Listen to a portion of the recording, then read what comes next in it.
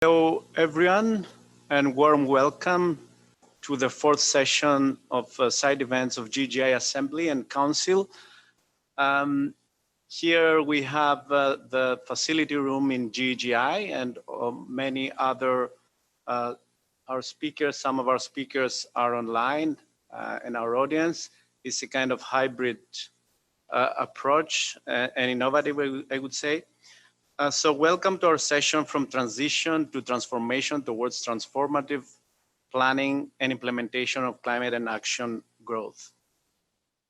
We are very happy having you all here, and we have a list of panelists, distinguished ones, to share their insights and experiences with regard to low emission development strategies, national strategies for green growth, along with transition to transformation to implementation of green growth projects.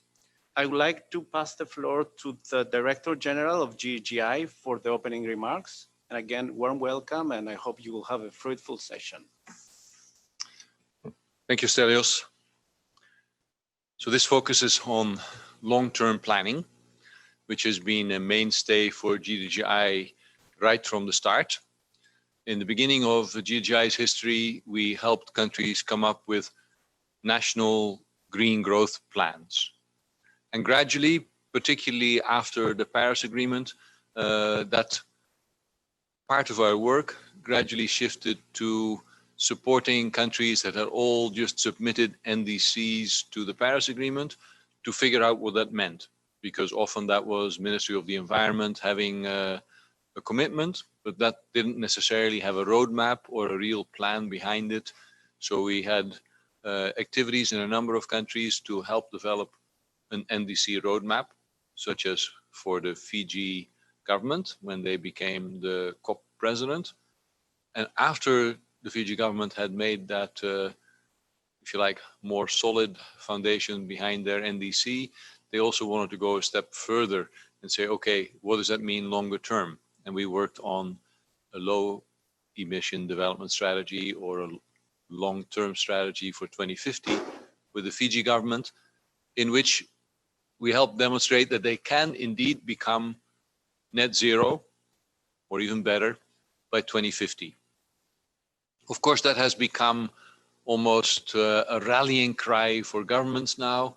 In September last year at the UN General Assembly, we had 77 countries committing to net zero 2050, which is seen as a key goal that aligns with the IPCC report on 1.5 degrees.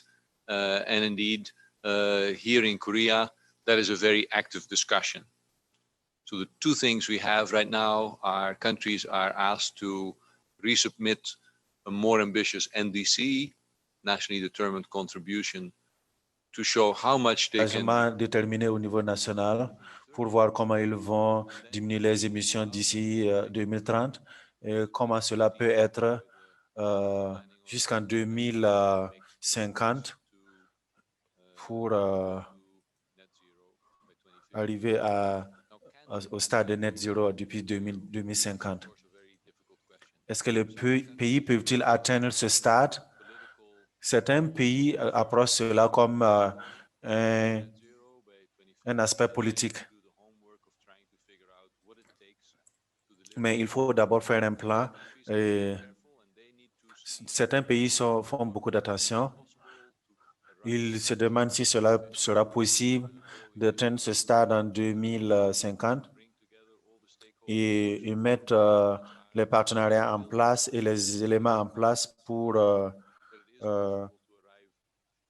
atteindre ce stade d'ici 2050. Tous ces chemins sont viables. Nous voyons des gouvernements qui prennent des mesures et d'autres qui... mais il est important d'avoir une fondation solide, d'avoir des partenariats multisectoriels et d'avoir une idée de ce que ça implique. Maintenant que nous vivons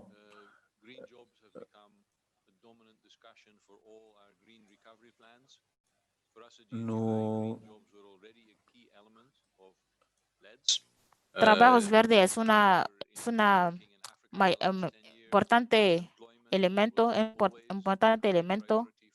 there, but that has now become more or less maintenant, c'est devenu une priorité numéro 1 pour chaque gouvernement. este LTS. tiempo de COVID. La COVID-19, c'est un bon mécanisme de travail avec le gouvernement pour leur demander est-ce que votre plan de relance face à la COVID soit un plan vert. À GGGI, nous y croyons. Nous avons eu une session hier et nous avons parlé de la relance verte et nous devons faire beaucoup attention et nous avons une bonne opportunité d'explorer avec un certain nombre d'exemples concrets comment ça peut se faire. Nous avons des outils, nous avons un certain nombre de pays, comment ça marche pour leur pays, où sont les défis, quels sont les avantages. Et nous voulons par cela inspirer d'autres membres de GGI qui veulent suivre le même chemin, qui décident d'avoir une stratégie d'émission faible. Et nous avons une session de questions-réponses et nous allons pouvoir inspirer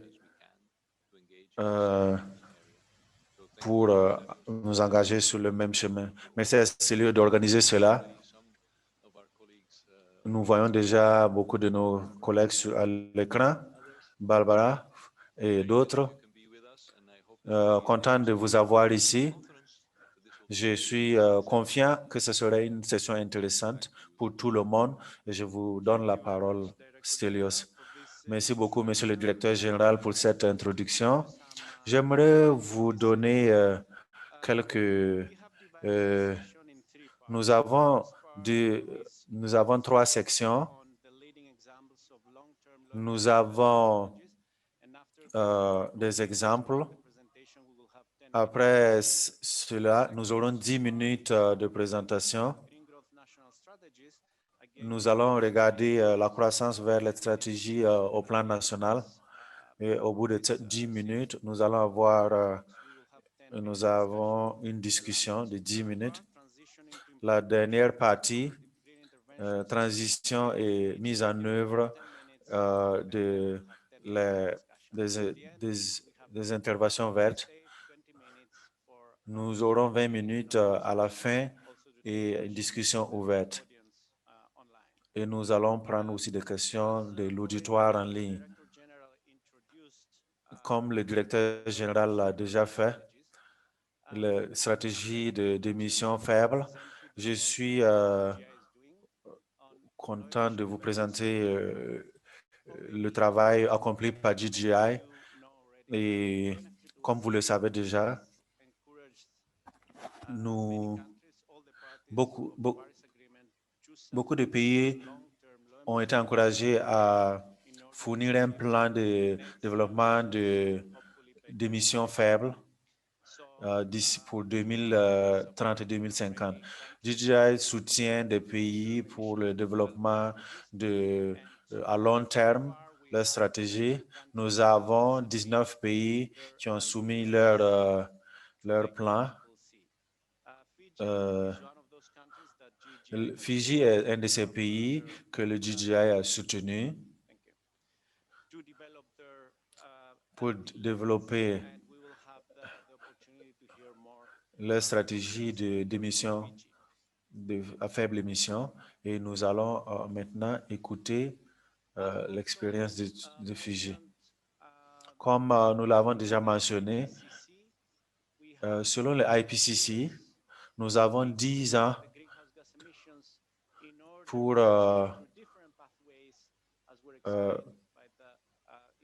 renverser la tendance en termes d'émissions de carbone. Ainsi, la science nous dit que c'est possible d'atteindre le net zéro d'ici 2050. Et comme vous le voyez, Il y a beaucoup de voies pour atteindre cet objectif. Pourquoi? Quels sont les éléments principaux de cette mission? Comme nous l'avons mentionné avant, c'est une merveilleuse plateforme qui peut faire articuler des actions en faveur du climat pour atteindre un stade où nous avons des émissions faibles de carbone. Et comme nous l'avons mentionné, les pays ont besoin de soumettre leur plan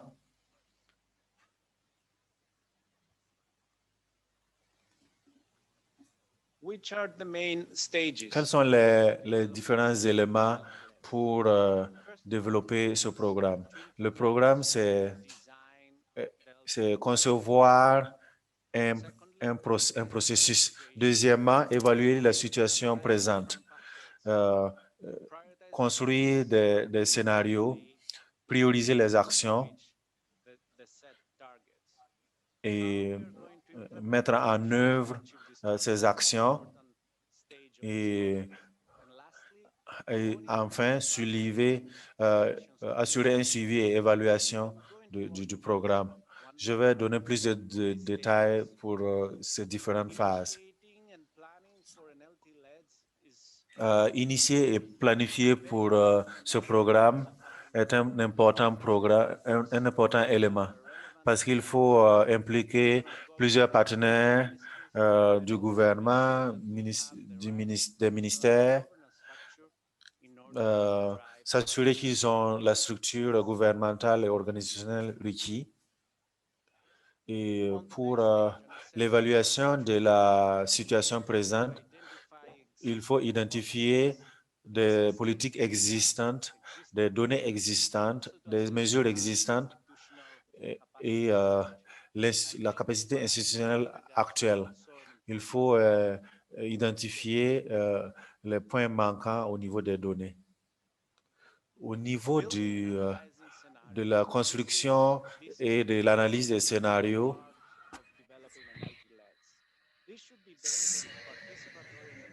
c'est vraiment une phase où il faut une participation de multiples partenaires qui doivent partager leur vision du futur, comment ils ambitionnent d'atteindre la phase de faible émission et comment la situation sera différente sans l'intervention sur le climat et de regarder les situations alternatives et des pistes pour réduire les émissions et en même temps atteindre les objectifs. La priorisation des actions est aussi importante.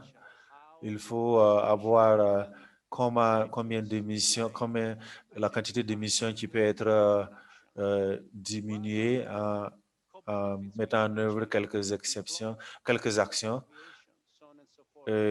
réduire la pauvreté, regarder les synergies qu'on peut trouver entre plusieurs actions et plusieurs politiques. Un plan de mise en œuvre est très important et comment ce plan de mise en œuvre sera financé est très important. Il faut identifier les mécanismes de financement, avoir un plan de mise en œuvre, et développer les capacités institutionnelles pour cette mise en œuvre. Et finalement, assurer le suivi et l'évaluation, c'est une étape importante. Nous avons besoin d'un système qui nous permet de voir dans quelle mesure nous pouvons atteindre les objectifs identifiés et comment nous pouvons améliorer et mettre à jour notre plan selon les informations que nous recevons, les données que nous avons et les nouvelles priorités qui sont là. Nous voyons ici que ce type de plan doit aussi être en fonction des engagements pris au plan national et les émissions, les plans à faible émission alignés avec les engagements pris au plan national peut nous amener à un système plus efficient. Nous pouvons aussi aligner ce plan avec les objectifs de développement durable des Nations Unies. Nous pouvons exprimer nos préférences et nos priorités et ce que le gouvernement voudrait incorporer dans son plan. L'action pour le climat est un élément important de ce programme. J'aimerais brièvement vous guider à travers les services que GGGI fournit aux pays pour les pays qui veulent construire un plan. J'aimerais dire à ce stade que c'est un processus organique qui n'a pas un modèle qui convient à tous. Chaque pays construit son plan en fonction de son histoire, de sa responsabilité. Et GGI a un rôle de technique, un rôle de conseil et laisse le gouvernement diriger le processus. Nous engageons les parties prenantes et nous incitons à participer au processus et nous assurons l'inclusion des partenaires techniques, les groupes de jeunes, les associations religieuses, et tout le monde vient ensemble, partage une vision pour une solution à basse émission de carbone. GGI fournit un soutien en termes de modèles, par exemple, et d'analyse. Par exemple, en Hongrie, nous avons utilisé un modèle intégré et complet pour qui inclut une approche du bas vers le haut pour analyse macroéconomique et qui implique des experts nationaux et internationaux. La priorisation des politiques est très importante. GGI soutient à travers la préparation des documents et s'assure que cela passe par les différents stades d'approbation par le gouvernement pour atteindre la phase de décision. La GGI soutient les pays, mais les pays assurent le leadership dans le processus. Nous donnons des analyses, des outils d'analyse et nous impliquons des analystes locaux. Nous apportons une solution globale pour permettre aux pays d'atteindre les objectifs de développement durable et nous nous assurons que tout ce qui est pris comme décision peut être mis en œuvre et nous voulons aussi finalement nous donnons une vision pour pouvoir atteindre ces objectifs dans le long terme. Vous voyez la carte de l'intervention de GGI dans le monde où nous travaillons et vous voyez que Fidji a soumis son plan en 2018. GGI a soutenu l'Éthiopie, économie verte et résilience économique en 2011.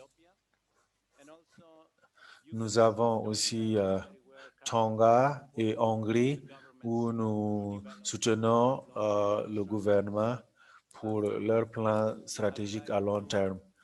Finalement, je voudrais vous demander que si vous avez plus d'informations, besoin de plus d'informations, vous pouvez accéder à ces informations sur le site du GGGI, où il y aura plus d'informations sur nos méthodologies et nos outils que nous utilisons pour soutenir nos membres et nos partenaires. J'aimerais vous remercier beaucoup pour votre attention et je suis prêt à répondre à toute question que vous pourriez avoir durant la discussion.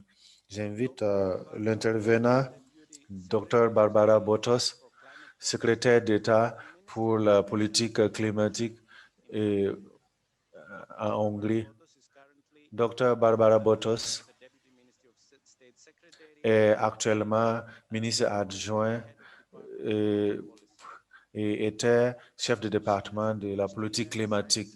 Elle a une PhD en sciences de la Terre de Phonevanh University. Nous sommes enthousiastes et impatients d'entendre votre intervention. Merci beaucoup, chers invités. Je suis honoré de participer et de partager mon expérience pour ce qui concerne le IT-LED, pour ce qui est en préparation en Hongrie. Nous sommes contents de travailler avec GGI, qui a beaucoup d'expérience dans le domaine. Nous travaillons avec eux, avec l'équipe de modélisation, et qui va nous conduire à la solution, comment la Hongrie peut atteindre ses objectifs en 2050, d'ici 2050. Nous voulons être neutres du point de vue climatique. Nous sommes parmi les 7 pays dans le monde qui sommes en train de planifier sur cette neutralité. La Hongrie a déjà approuvé le principe de base de la stratégie de long terme, parce que nous avons décidé de faire des analyses approfondies avec GGI pour peaufiner et soutenir en utilisant des modélisations fiables. Mais il y a toujours des difficultés et des barrières. Et nous avons fait l'expérience de cela au cours de l'évolution de notre stratégie à long terme. Il y a d'autres problèmes qui peuvent être pris en considération quand le pays décide de développer un plan à long terme. Et je vais parler premièrement des difficultés que nous avons rencontrées et continuer sur notre plan d'action pour la suite. Avec les spécialistes de modélisation et de GGI,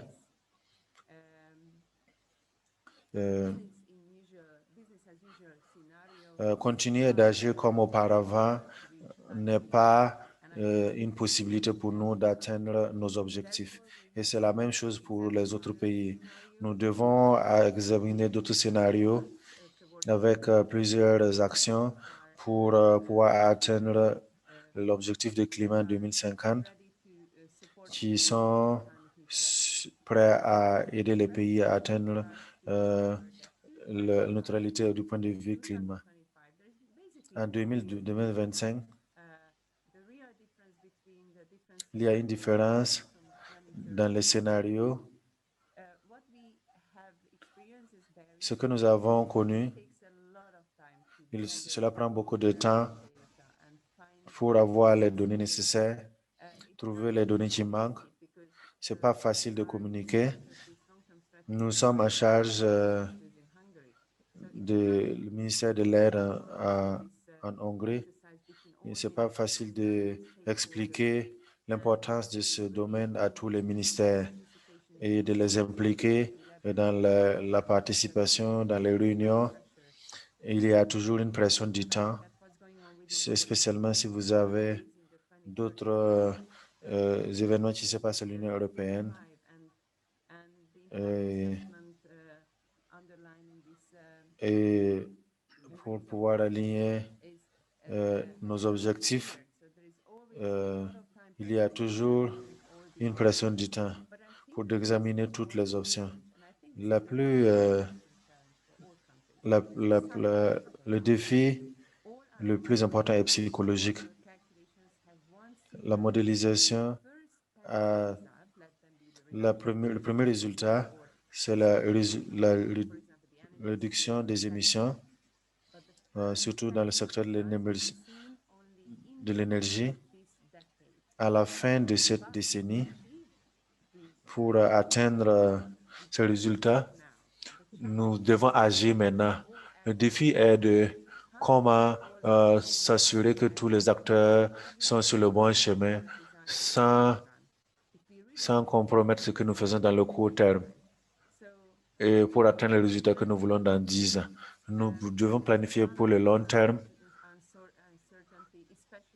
Il y a beaucoup d'incertitudes sur le plan de la technologie qui ne sont pas disponibles pour mesurer les objectifs, ou bien ils ne sont pas accessibles financièrement. Nous avons besoin d'une consultation sociale pour planifier, pour pouvoir atteindre toutes les parties prenantes. Et en même temps, nous devons assurer qu'il y a une transition équitable suivant les principes de l'Union européenne. Personne ne devrait être laissé en arrière, laissé pour compte. Nous avons un problème de fiabilité des données, les changements des énergies fossiles. Ce que nous voyons maintenant, c'est que le plus grand défi dans la neutralité du climat, c'est la décarbonisation du secteur de l'agriculture. L'émission et cela implique beaucoup d'innovation.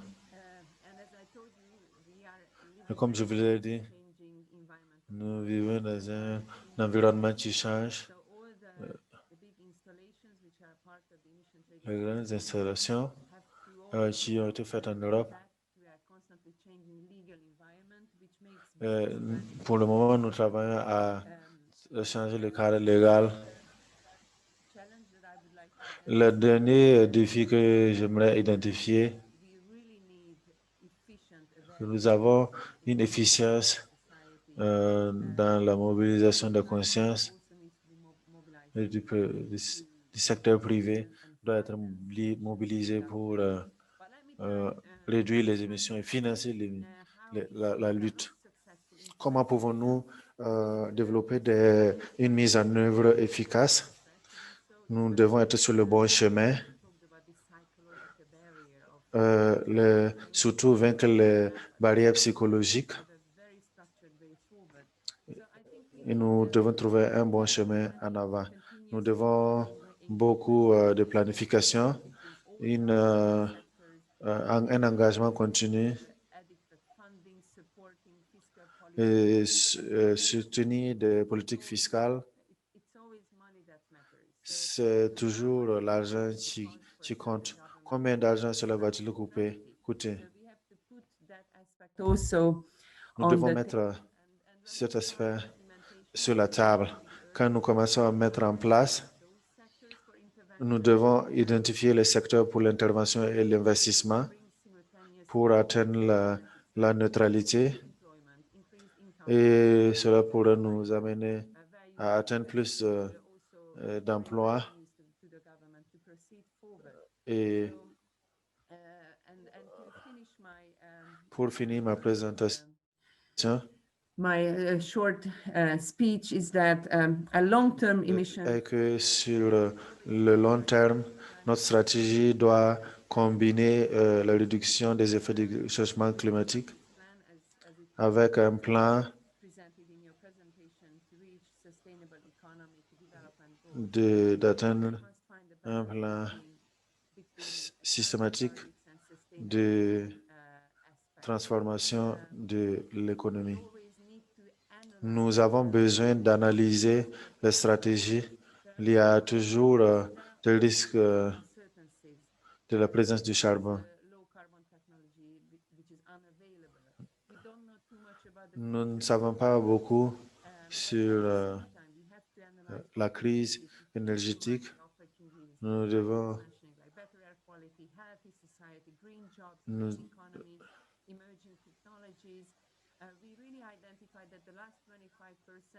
les 25% des émissions de gaz à effet de serre de Hongrie sont impossibles à réduire.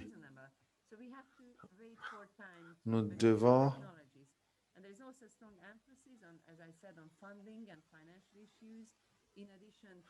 et en plus des subventions que nous recevons de l'État, nous devons avoir des capitaux privés et nous devons conscientiser les gens. Et le plan stratégie à long terme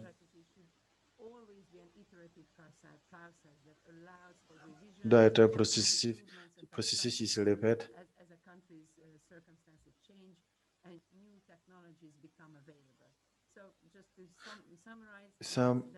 Pour résumer, il y a des barrières, mais il y a toujours des opportunités de développement et ça doit être bien structuré pour vaincre les barrières psychologiques.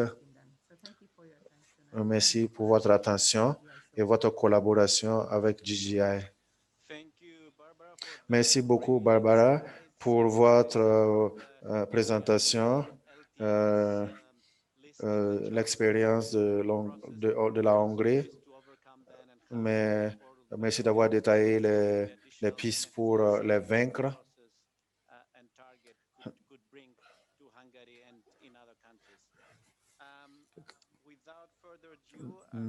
Sans tarder, je vais demander au prochain intervenant de Fiji. Monsieur Vinel Narayan va présenter son expérience de Fiji pour leur stratégie. Monsieur Narayan est actuellement directeur du changement climatique et spécialiste du climat au ministère de l'économie.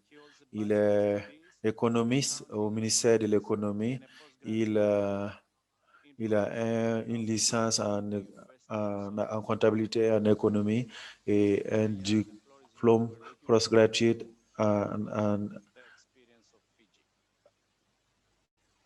Nous sommes heureux d'entendre de l'expérience du Fiji.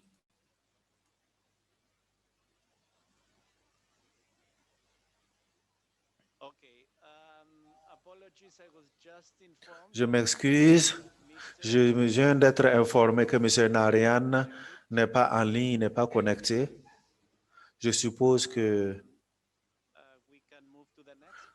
nous pouvons aller au prochain orateur. Notre présentateur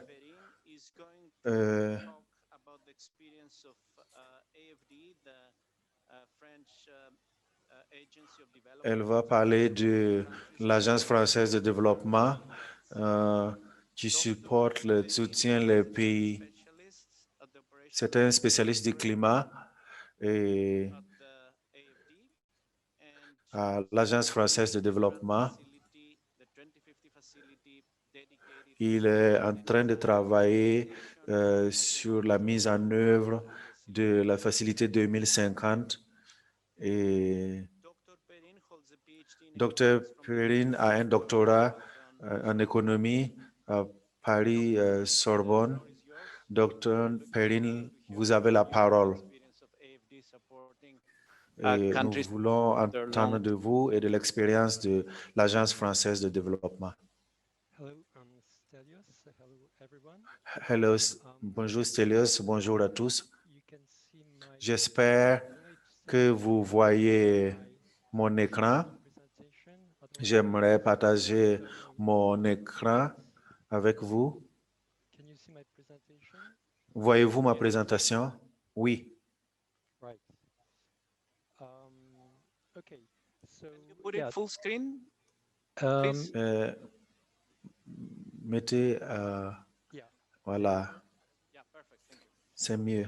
Okay, so thank you very much, Stelios. Merci beaucoup, Also for inviting GGI, de m'avoir invité. try to J'aimerais provide a few early insights donner quelques informations de la perspective finance institution, the French de la France, de l'Agence française de développement, and et about j'aimerais parler de ce que to implement nous faisons supporting our pour countries soutenir les pays in où nous intervenons pour, strategies. pour conduire les plans à long terme. À l'Agence française de développement, nous voulions, à partir de l'accord de Paris, nous voulons focaliser sur des changements systémiques plus larges et à travers des processus liés aux engagements nationaux. Avant, nous ne devons pas oublier les actions d'adaptation. Il est vrai que quand nous parlons de LT-LEDs, nous mettons l'accent sur pour la limitation. Nous devons prendre en compte la résilience climatique et l'adaptation. Comme nous parlons, nous voulons augmenter la capacité financière et aussi nous assurer que l'aide que nous aidons est cohérent avec la résilience climatique.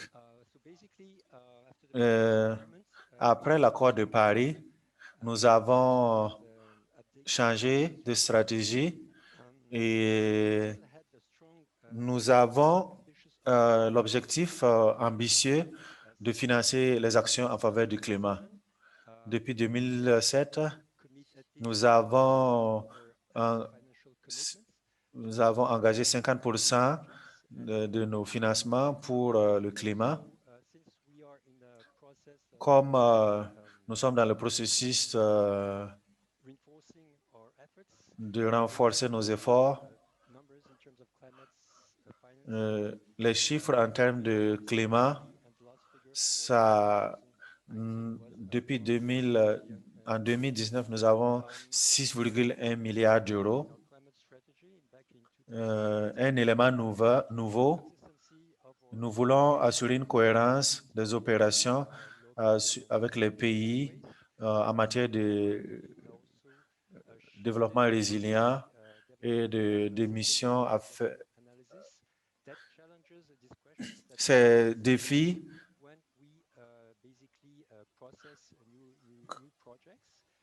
quand nous avons de nouveaux projets, nous avons une équipe de développement qui va voir ces aspects pour voir les perspectives à long terme et poser des questions, surtout dans certains pays où nous sommes sollicités pour financer des projets, des routes, des aéroports. Est-ce que c'est compatible d'avoir ce programme? Est-ce que c'est compatible avec l'accord de Paris? L'autre élément, c'est notre engagement de soutenir l'élaboration de stratégies à long terme. Et c'est une décision qui a été annoncée sur le sommet One Planet. C'est pour cela que nous avons décidé de créer cette facilité 2050. La facilité 2050 est un projet de 30 millions d'euros. C'est pas seulement pour supporter les LTS, mais c'est pour soutenir des projets sectoriels qui devront contribuer à la conception de, et dans certains cas, beaucoup de pays viennent à nous. Ils n'ont pas une idée claire de leur engagement politique pour s'engager dans ce processus. Nous engageons un dialogue technique et l'expertise nationale et internationale et nous voyons si que leur point de vue dans cet exercice, nous demandons s'ils peuvent s'impliquer dans ce processus. Nous voyons cette facilité pour instaurer un dialogue politique, des éléments importants. Nous essayons, dans ce type de projet, de nous assurer qu'il y a un transfert de connaissances avec les équipes nationales et avec les équipes internationales. Nous nous assurons qu'il y a une sorte d'avantage à long terme en termes d'expertise que nous aurons fourni.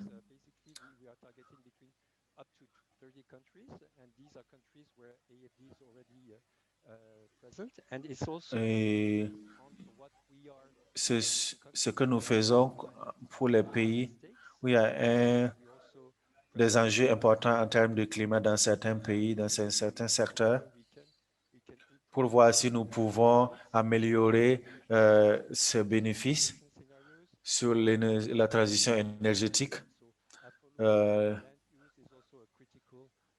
L'utilisation des terres est vraiment un domaine important pour nous. Nous essayons de soutenir toutes ces dimensions à travers les analyses pays. Un autre élément important, cette coordination avec, nous avons des partenariats, nous avons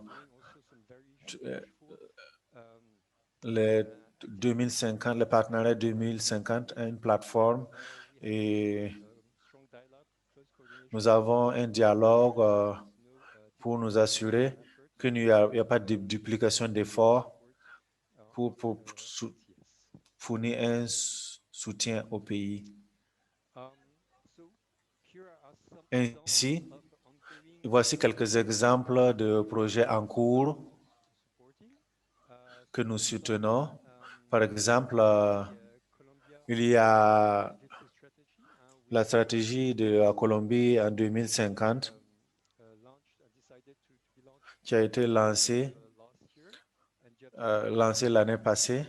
L'objectif est de soumettre depuis 2021.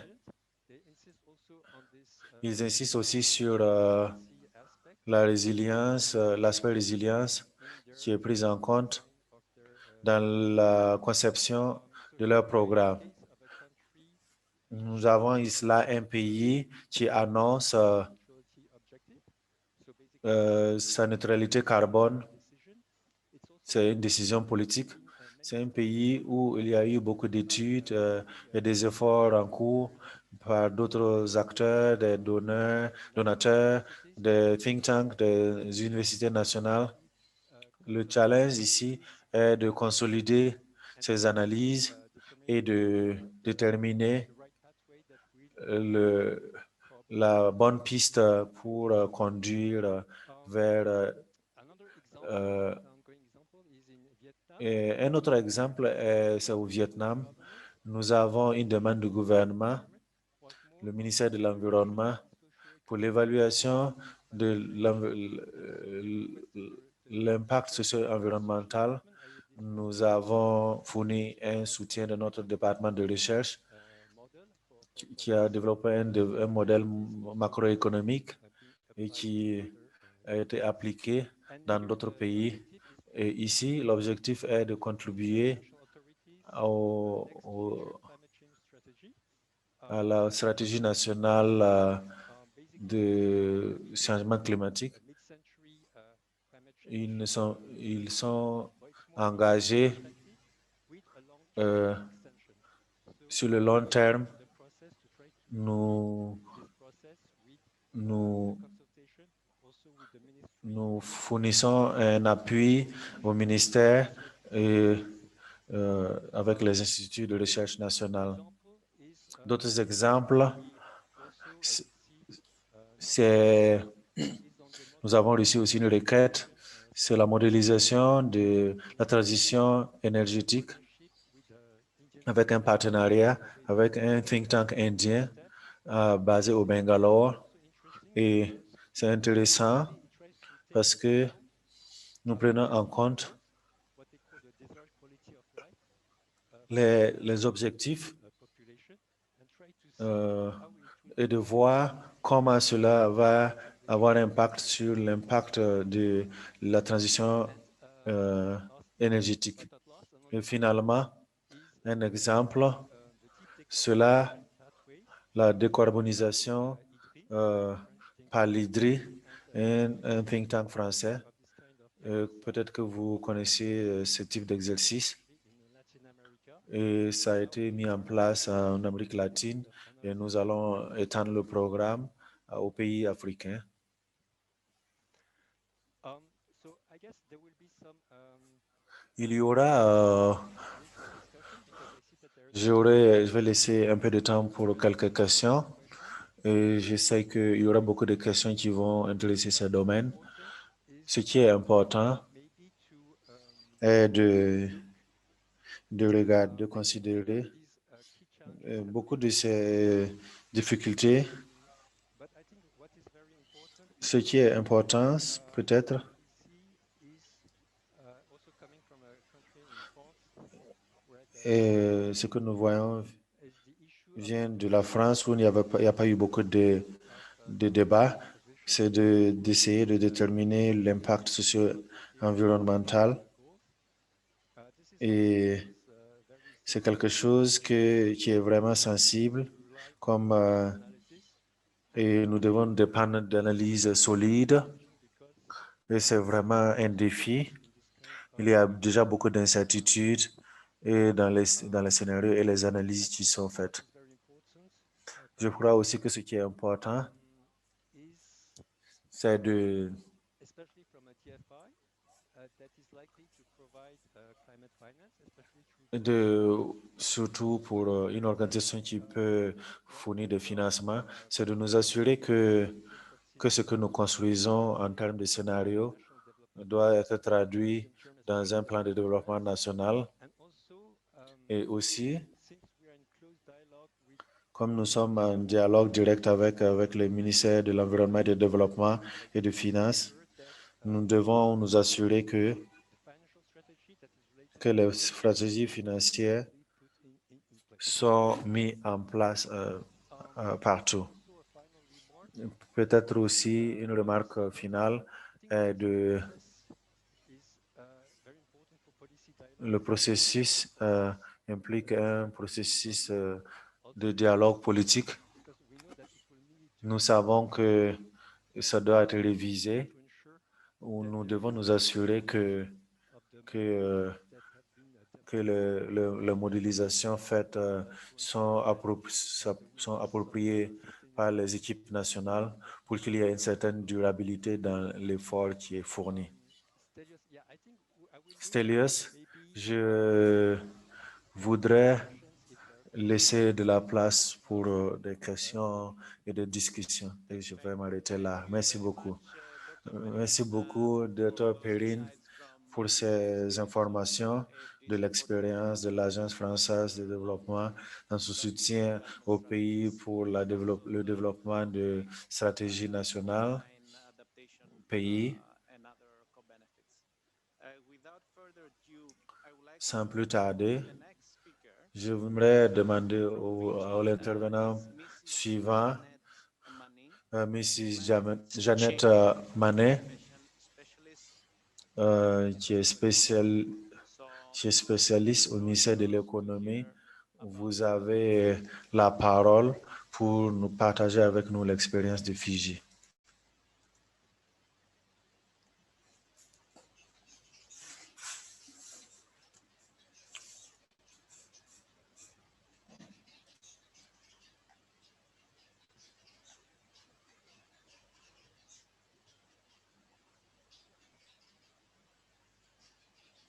Yeah.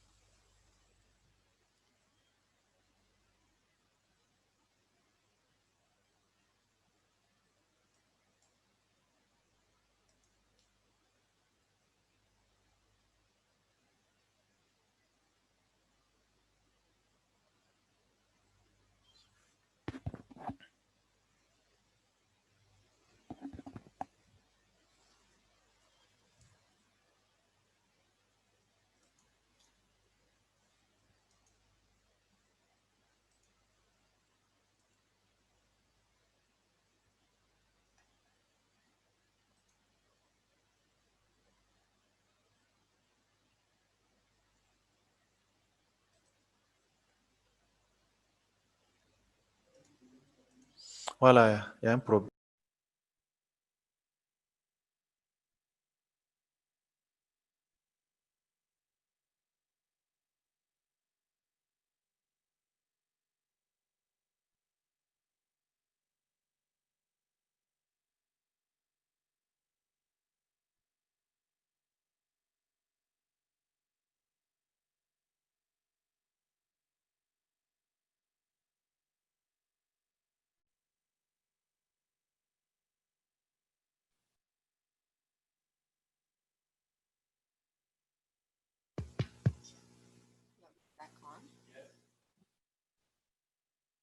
So, yeah. Can you hear us, Mrs. Yes, Mani? we can. Okay, great. We can hear you as well. So, okay. The floor is yours. You can start now. Vous avez la parole. Vous avez la parole. Vous pouvez commencer maintenant.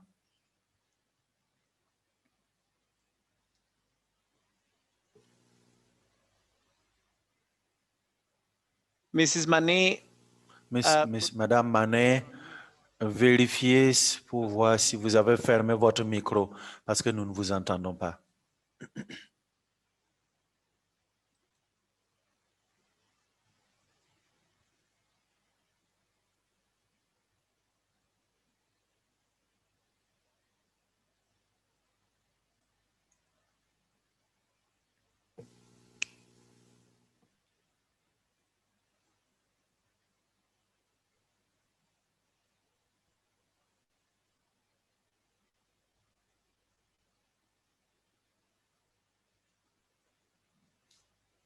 yes? Oui, Mrs. Mani? Madame Manet, pouvez-vous nous entendre? So I think that we cannot right Je now. crois que nous ne pouvons pas résoudre ce problème maintenant. But we cannot hear you. So it seems something is wrong with the settings. Il y a quelque chose qui ne va pas avec le paramétrage. If you take off the earphones, that Enlevez vos écouteurs, peut-être que ça va changer quelque chose. or if you could check the settings. Ou bien vérifier le paramétrage où il y a le micro. Then I would suggest to move. Je vous suggère que nous passions à une autre présentation We are running out of time, parce que nous avons peu de temps et nous garderons un petit temps pour nous avons déjà parcouru les défis majeurs qu'on rencontre en soutenant certains pays à développer leurs plans nationaux. Je suggère que nous allions qui met l'accent sur j'invite Madame Phonevanh, directeur général du ministère du Plan,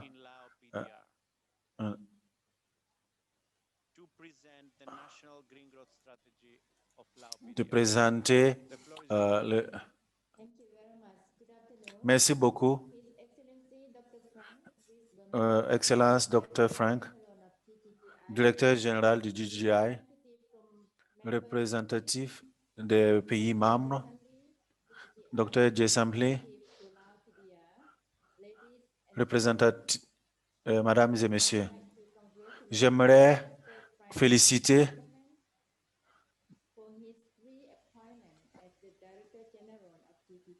pour sa nomination au tête de GGI. J'aimerais présenter mes appréciations à GGI pour son soutien continu. Nous avons le soutien de Dr. Jason Lee et le soutien de l'équipe au Laos.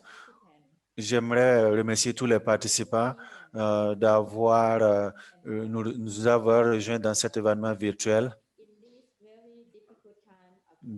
par ces temps difficiles de COVID-19.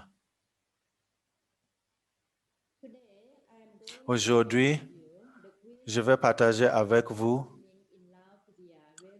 comment notre stratégie de croissance verte se mène au Laos.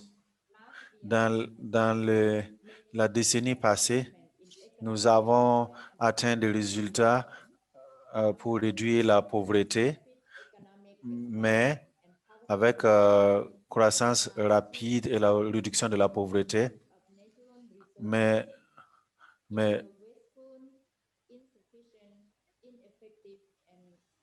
nous avons utilisé aussi, atteint ces résultats de façon non durable.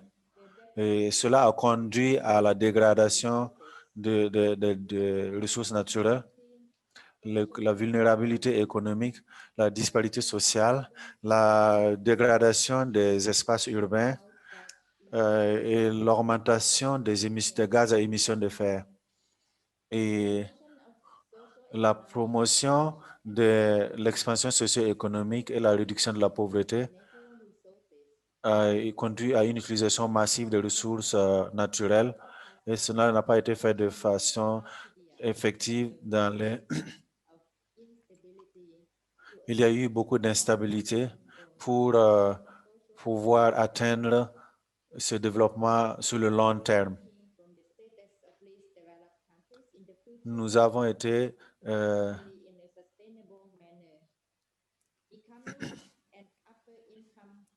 nous voulons devenir un pays à revenu moyen et atteindre les objectifs de développement durable d'ici 2030. Ainsi, notre stratégie nationale de développement vert, de croissance verte a été mise en place pour renforcer la croissance économique, la protection environnementale et sociale, le développement social et avoir un développement économique, une croissance et une stabilité soutenue. J'aimerais partager avec vous de notre progrès pour le déploiement de notre agenda de croissance verte. En 2017, nous avons été capables d'atteindre notre potentiel de croissance verte au Laos avec le soutien technique de GGGI. Nous avons eu une visite de terrain en Corée pour avoir une compréhension conceptuelle de la croissance verte. Nous avons été capables de conduire un certain nombre d'ateliers avec les ministères et les partenaires au développement. En 2018, nous avons écrit, développé le brouillon de la stratégie nationale de croissance verte et organisé des séances de consultation. En 2019, nous avons finalisé et peaufiné le document de la stratégie et transmis et approuvé par le Premier ministre. Au début de 2020, avec une collaboration étroite avec GGI et son équipe au Laos, nous avons préparé notre document manuel, notre manuel sur la planification de la croissance verte et qui sera utilisé comme tableau de bord. Notre stratégie au Laos n'est pas conçue pour remplacer les autres stratégies qui existent, mais c'est un document qui complète et qui donne des directions pour intégrer la croissance verte dans les plans sectoriels locaux et déterminer de façon uniforme les normes que nous suivons et minimiser les incohérences et de promouvoir des politiques et de mise en œuvre effective pour conduire à une croissance durable, verte, pour ainsi atteindre nos objectifs de développement national, socio-économique national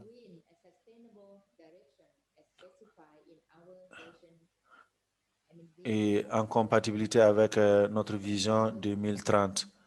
Notre stratégie et notre stratégie de développement sur 10 ans, 2016-2025. Et nous avons notre 9e plan quinquennal pour le développement socio-économique 2021-2025. Maintenant, voilà ce que nous avons acquis comme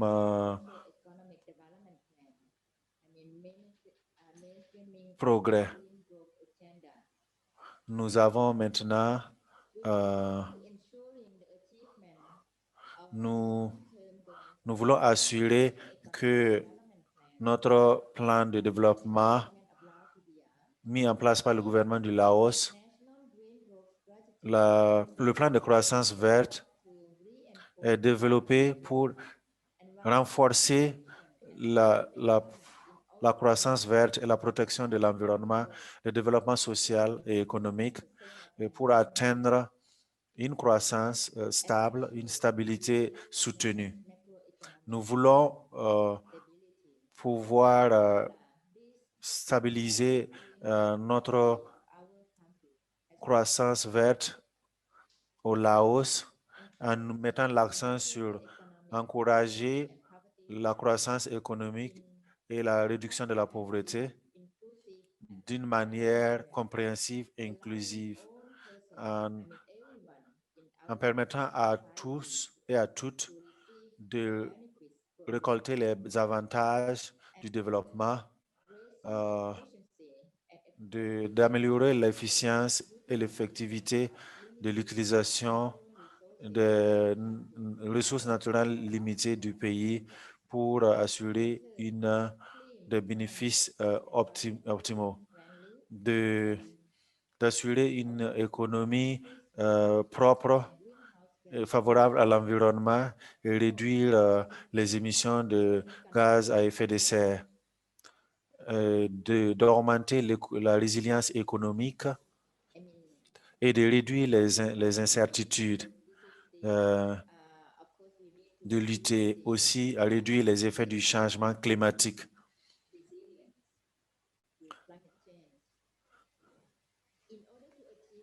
Pour atteindre ces objectifs, la stratégie de croissance verte de Laos a examiné et identifié 7 points importants tels que ça suit. Les ressources naturelles et l'environnement, l'agriculture et la foresterie, l'industrie et le commerce, l'énergie et les mines, les travaux publics et les transports, l'information, la culture et le tourisme, la science et la technologie.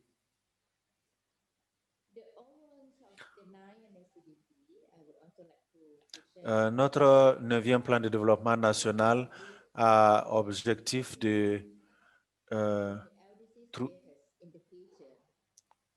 d'élever le niveau économique du pays et son statut, et de poursuivre et d'atteindre les plans de développement, les objectifs de développement durable et de devenir un pays à revenus élevés. Et pour atteindre cet objectif, nous avons besoin d'innovation pour contrer ces obstacles que les plans précédents ont connus et de lutter contre les défis majeurs qui émergent, y compris la COVID-19. Dans notre 9e plan de développement national, nous avons 6 résultats. D'abord, la croissance économique. Et vous voyez sur le diapo, le deuxième, c'est le résultat 1, c'est le développement des ressources humaines, et qui a l'objectif 3, le bien-être de la population, avec 5 sous-parties. Le numéro 4 s'intéresse à l'intégrité environnementale avec 3 sous-éléments.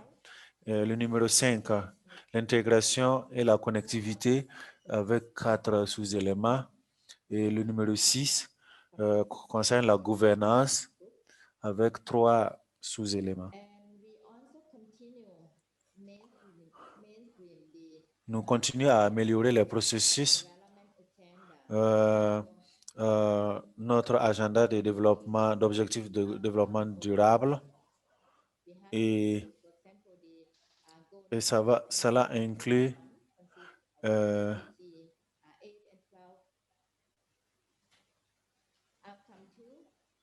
l'objectif, le résultat 2, 3, 4 et 6. Et le résultat 3,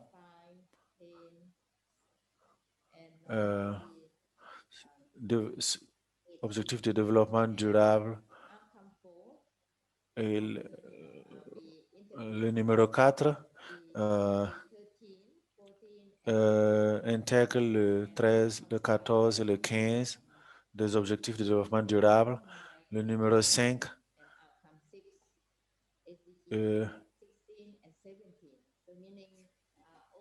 cela veut dire que les objectifs de développement durable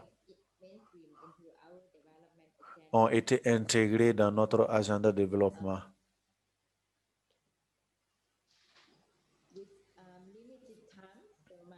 Comme le temps est limité, ma présentation est finie et je vous souhaite beaucoup de succès. Et si vous avez des conseils ou des questions, n'hésitez pas à me le faire savoir. Et nous Nous attendons aussi le soutien et de GGI. Merci beaucoup, Madame la Directrice Générale, en charge de la stratégie de croissance verte de Laos. Restez avec nous. Nous allons avoir un peu de temps, prendre un peu de temps pour les discussions. J'aimerais inviter l'intervenant suivant. Maintenant, nous allons en Jordanie pour écouter Dr. Jihad Alsawair, directeur en Jordanie, pour nous parler de plan d'action pour la croissance verte en Jordanie. Merci. J'essaie de connecter, de vous montrer, d'afficher ma présentation.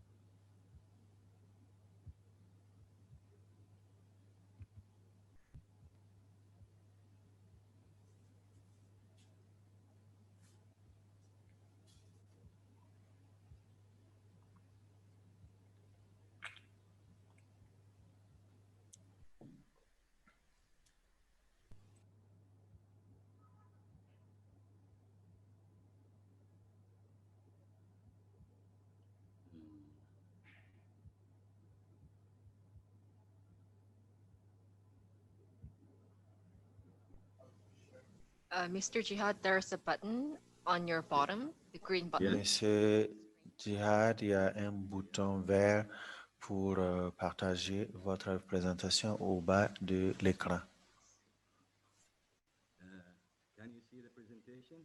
Pouvez-vous voir la présentation? Oui, merci. Bonjour, bon après-midi. Mettez voilà, élargissez l'écran pour que, voilà, merci, parfait. Merci beaucoup. C'est un honneur pour moi de faire partie de cette session importante.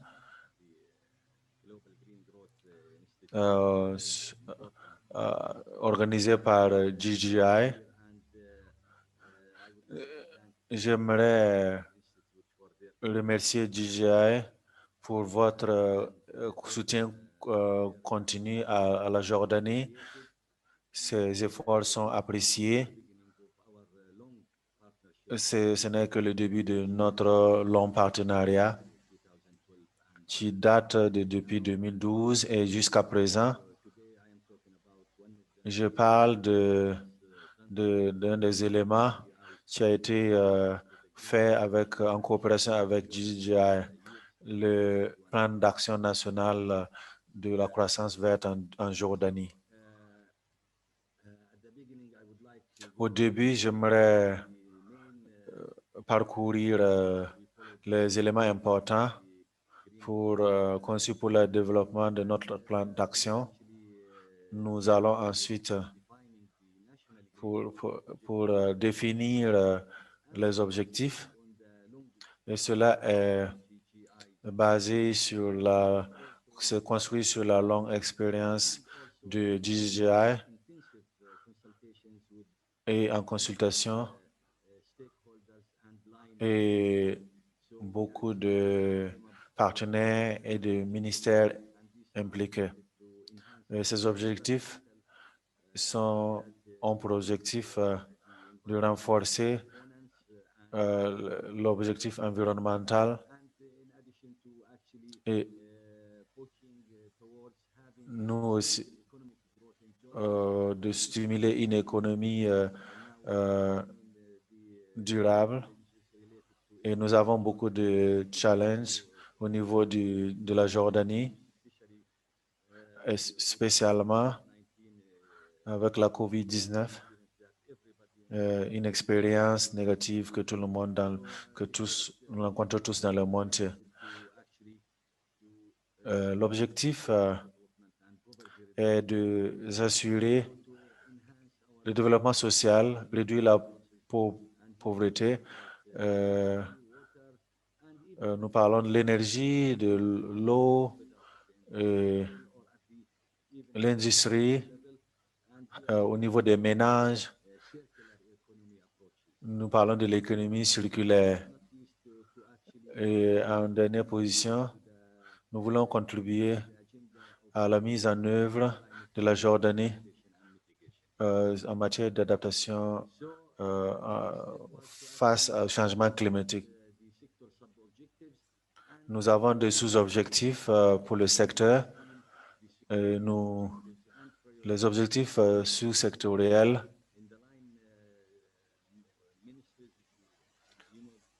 les ministères en charge, il y a 6 secteurs, l'énergie, l'eau, les déchets, le tourisme, transport, l'agriculture. Nous essayons de connecter et d'améliorer les processus dans tous ces secteurs et de trouver des stratégies qui sont liées à notre plan de croissance verte. Il y a des documents qui ont été produits de haut niveau. Par exemple, le plan de diversité nationale.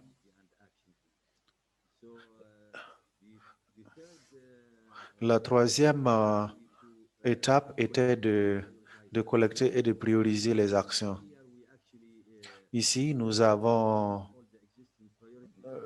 passé en revue les objectifs et nous avons collecté les données.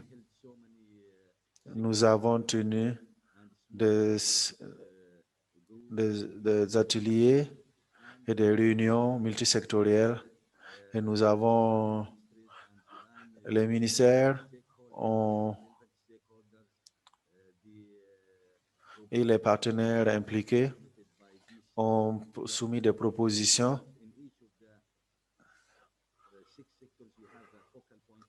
dans tous les 6 secteurs. Nous avons des points focaux et des secteurs liés à la croissance verte. Nous avons demandé des suggestions et des actions qui pourront être proposées, qui peuvent être inclus dans le stratégie de plan de croissance verte. Nous avons une liste courte des plus importantes actions qui pourraient être incluses dans le plan d'action. Le quatrième, c'est de formuler et de valider les actions. Et cela a été fait depuis 2018 jusqu'en 2020.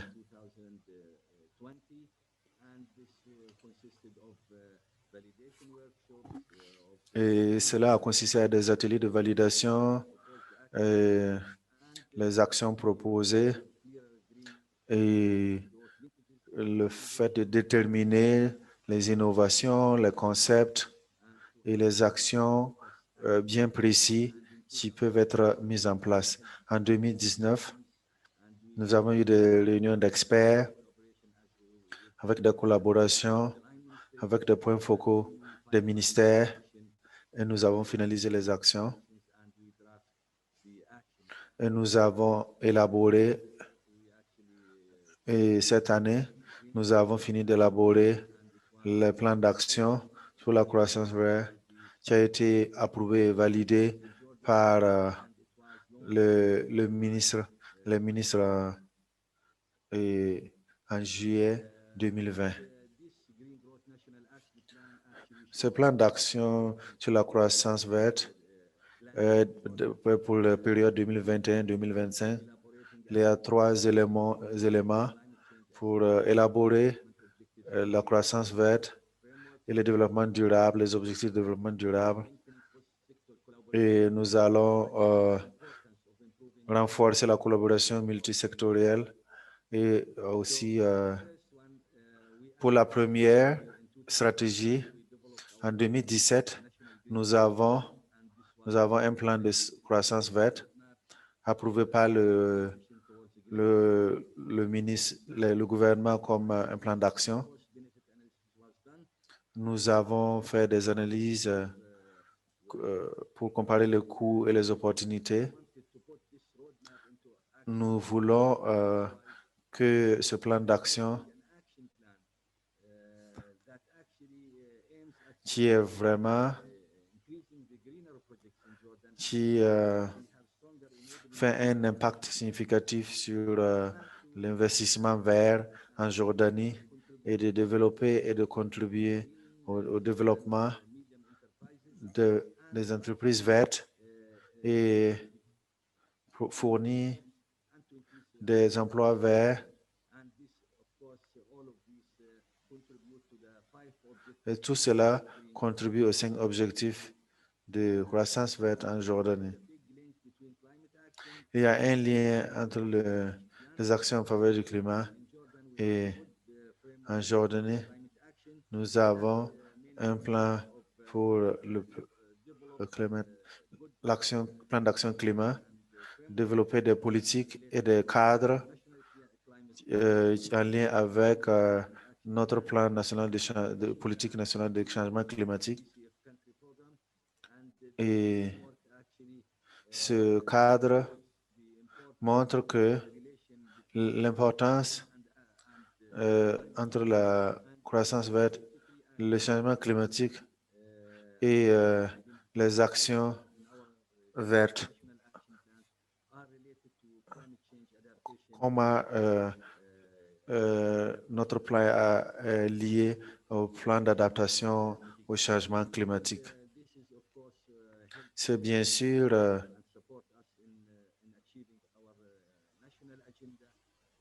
nous avons nous voulons atteindre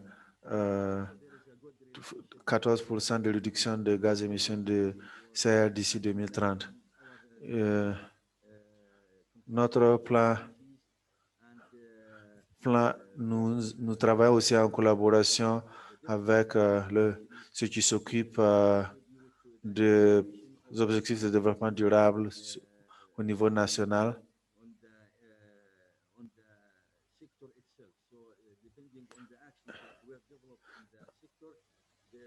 En fonction des actions de développement dans le secteur. Hay sectores donde los SDGs están contribuyendo. So we have a long-term green growth vision, and for the years 2021-2025.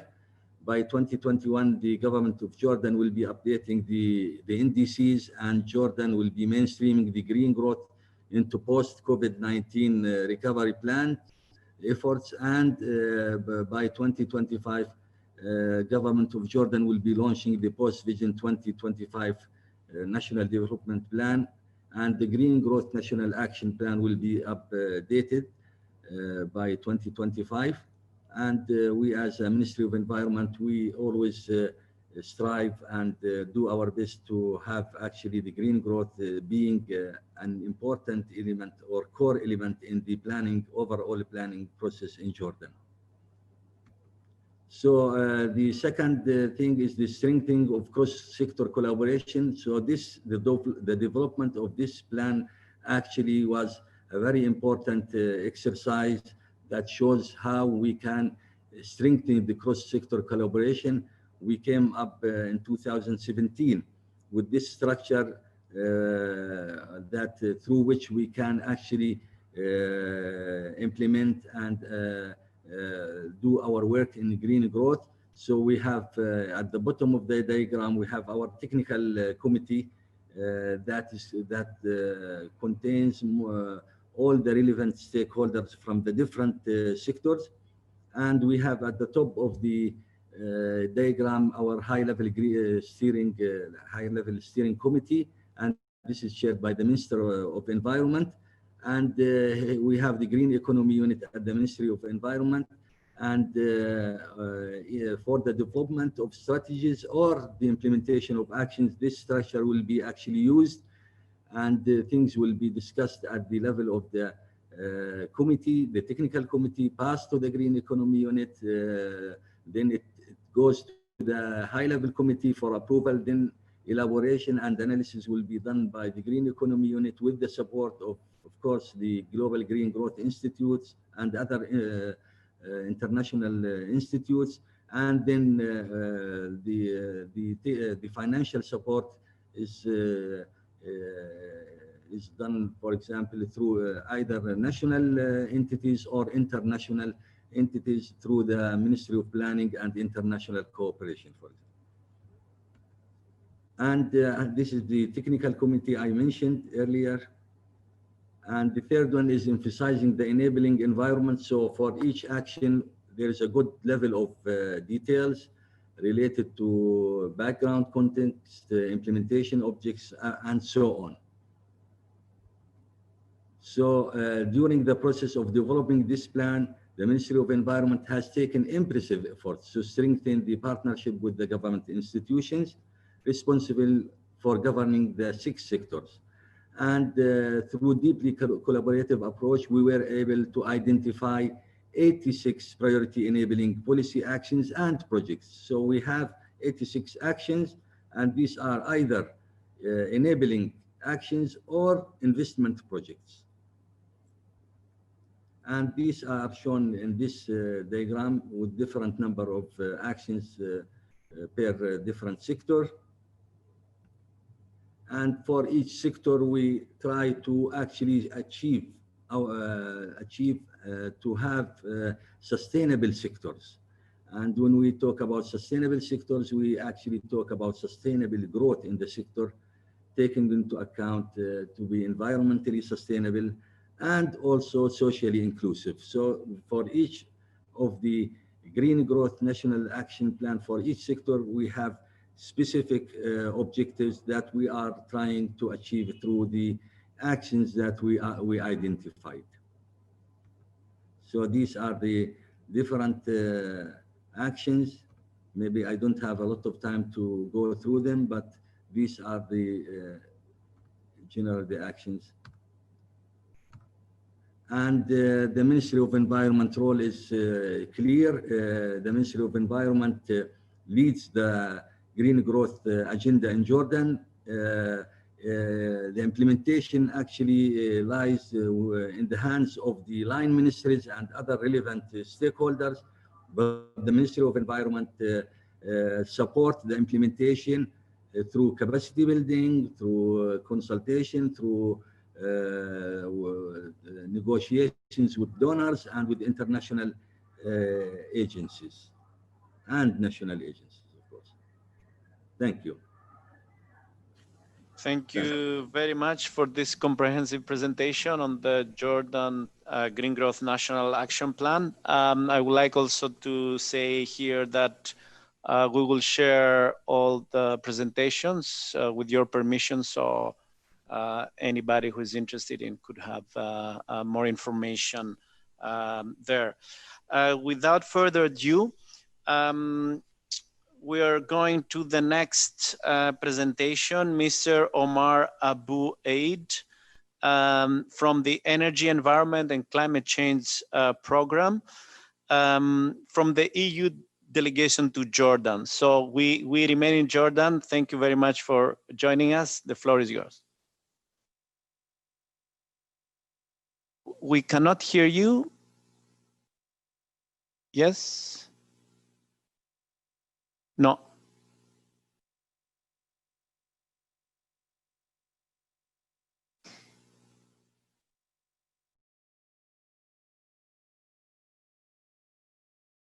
You're on mute, I see.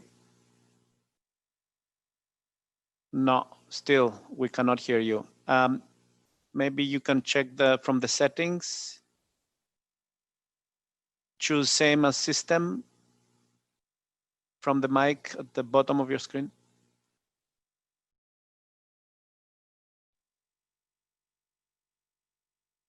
No, we cannot hear you.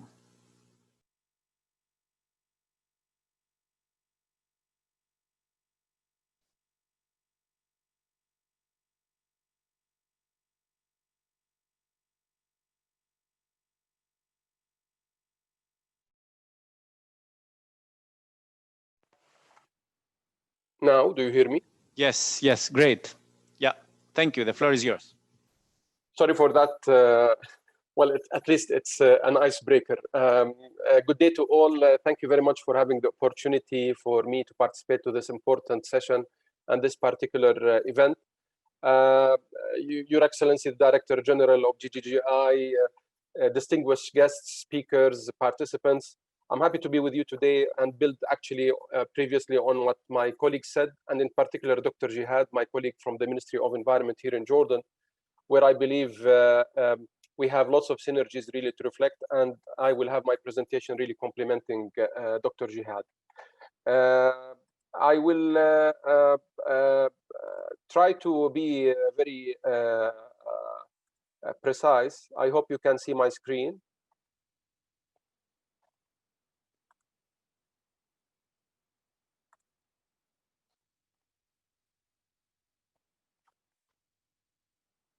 Yes. Thank you.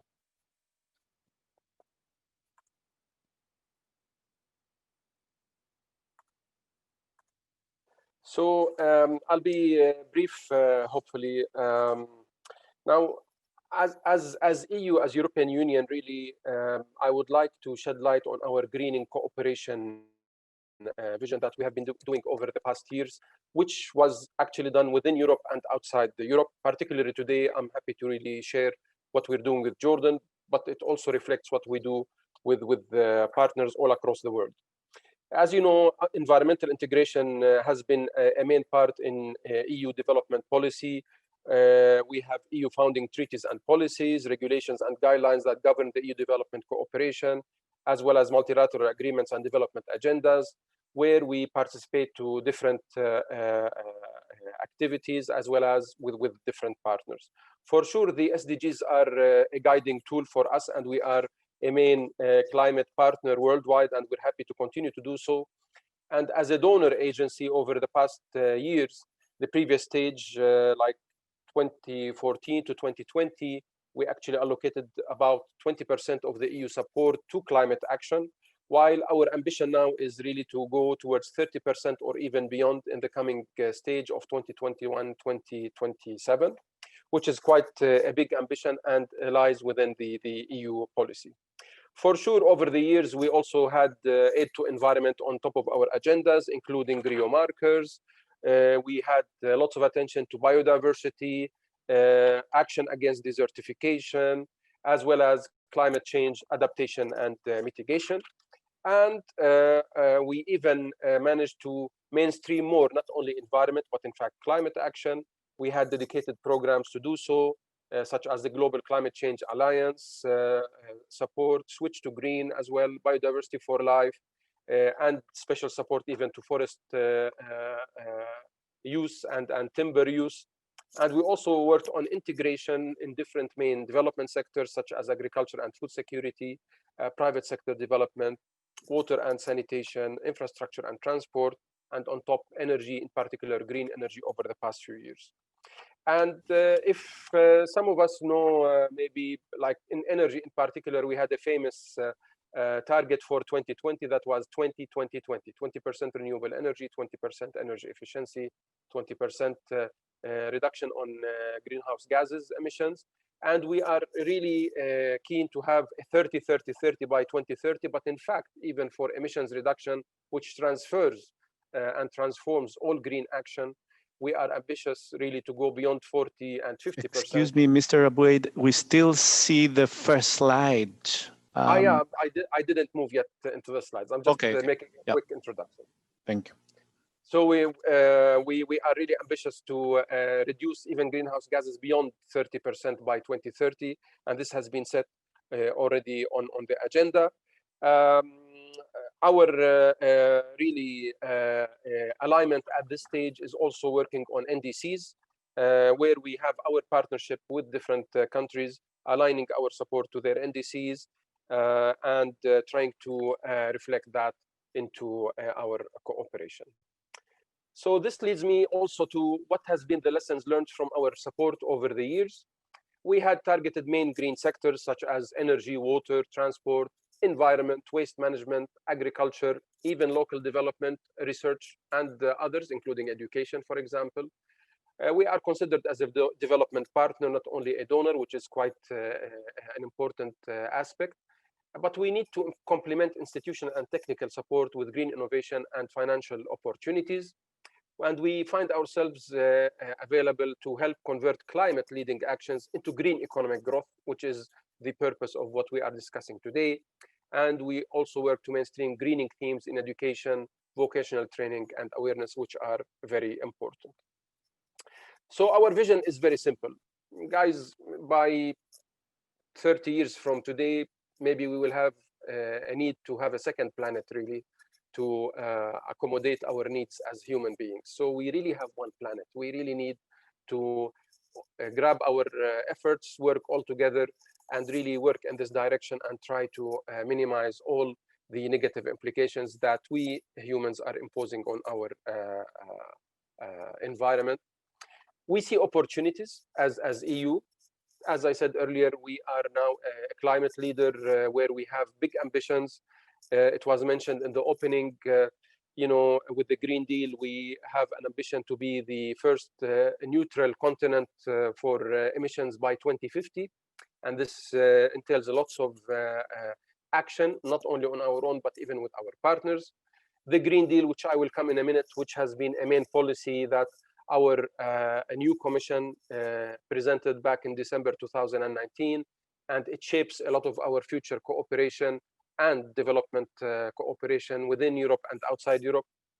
Circular economy and sustainable consumption and production. Today, we heard it from Dr. Jihad and other colleagues, efficient use of resources is a must. It's not really a luxury.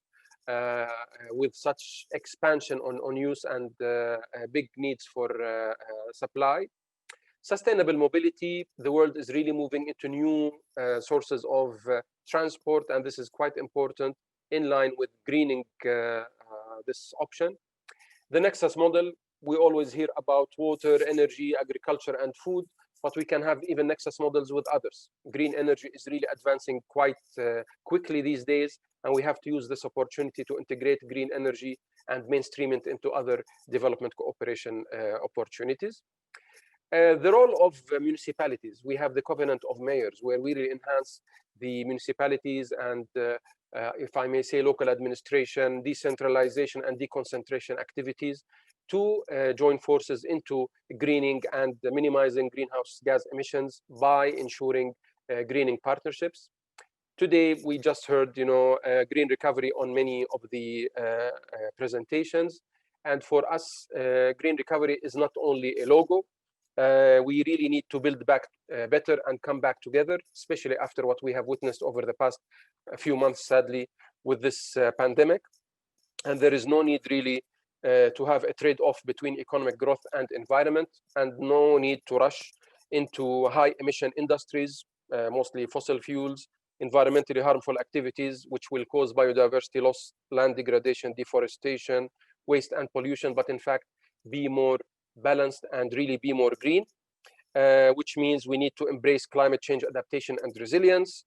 And we have to be all guided by the green recovery, which is a good interpretation of our topic today as working on green growth and green economy. And for that, the EU supports setting ambitious climate neutrality targets and willing to work on that. So simply, we should have green growth and green economy. Now, this leads me actually to also something that was mentioned earlier, leaving no one behind. Europe will not work on this on its own. It will manage really to reach that with its partners. It will do it inside Europe, outside Europe, and therefore we have ambitious targets and quite an ambitious role really to play as partners in development cooperation, in enhancing green growth and green economy that will lead really to not only reduction of emissions, but also equally important, prosperity, job creation, guiding the youth into future sustainable opportunities that we all really look at. With that, I would enter a little bit to Jordan in few words what we are envisaging now. Over the past few years, we had programs on green energy, sustainable waste management, especially solid waste management, aligning our support to national strategies and action plans. What we aim for the future, as I mentioned earlier, is to use the Green Deal, which really builds on proper green growth and green economy. I'm happy that Dr. Jihad presented the green growth strategy and action plans for Jordan, which we will really align our work with, and we will build on that so that we have a proper approach. And there's always something that I see is very evident. Dr. Jihad mentioned it, complementarities. Each sector has its own strategies, its own plans, and sometimes they don't really see the synergies between the sectors. How can I really enhance the water sector and its development if I use green energy? How can I enhance the transport sector if I use green energy? Well, all the synergies are there. It will all lead to a proper greening of these sectors, minimizing emissions, but equally important, having sustainable economic growth and job creation for the future. So it's always really important to raise the issue of complementarities. And with that, I hope I have been really quite elaborate, and I stop here. I will give you just, as I promised, some elements on the Green Deal. What is it all about? In simple words, we are really aiming to increase the EU climate ambition. As I said, we want to go in terms of emissions reduction above 50%, but by 2050, we want to be the first climate neutral continent in the world. We want really to focus on clean and affordable energy, and I believe the major developments in green energy are there. There is still lots of competition with conventional, which is understood, but the way forward is more green. We also need to focus on mobilizing the industry to circular economy, efficient use of resources, sustainable consumption and production. Energy efficiency in new and renovated buildings is a must, and that would really bring in lots of job opportunities as well. Equally important, greening opportunities. There should be always a zero pollution ambition, and that entails different sectors, not only industries. We should always think of our biodiversity and nature, so we have to preserve and restore ecosystems and biodiversity. And on top, we have the farm to fork approach, which is a very sustainable approach. Food shift to sustainable and smart mobility, as I said earlier, where we can really bring in lots of greening concepts into the mobility sector and transport sector. With that, I stop. I thank you again for the opportunity, and I hope that I have really enhanced your feedback and thoughts about what we are doing and how to convert really green national plans, growth economy into action, and how the EU really foresees to do so. Thank you very much. Thank you very much for this overview of EU priorities in green growth and green economy. I noted also a very important priority, leaving no one behind, and also focusing on complementarities and synergies. EU is a global leader on the race of achieving net zero emissions by 2050. So thank you very much for these insights. Unfortunately, we are running behind the schedule. So again, also for this part, we will not have any questions. We will leave all questions for the end of the session. So I would like to move to the next part, which is transition into the implementation of transformative interventions. And I would like to invite my colleague, Fenella Aouane, that she's going to talk about carbon finance and its role in green transformation. Fenella is a principal climate finance specialist in GGGI.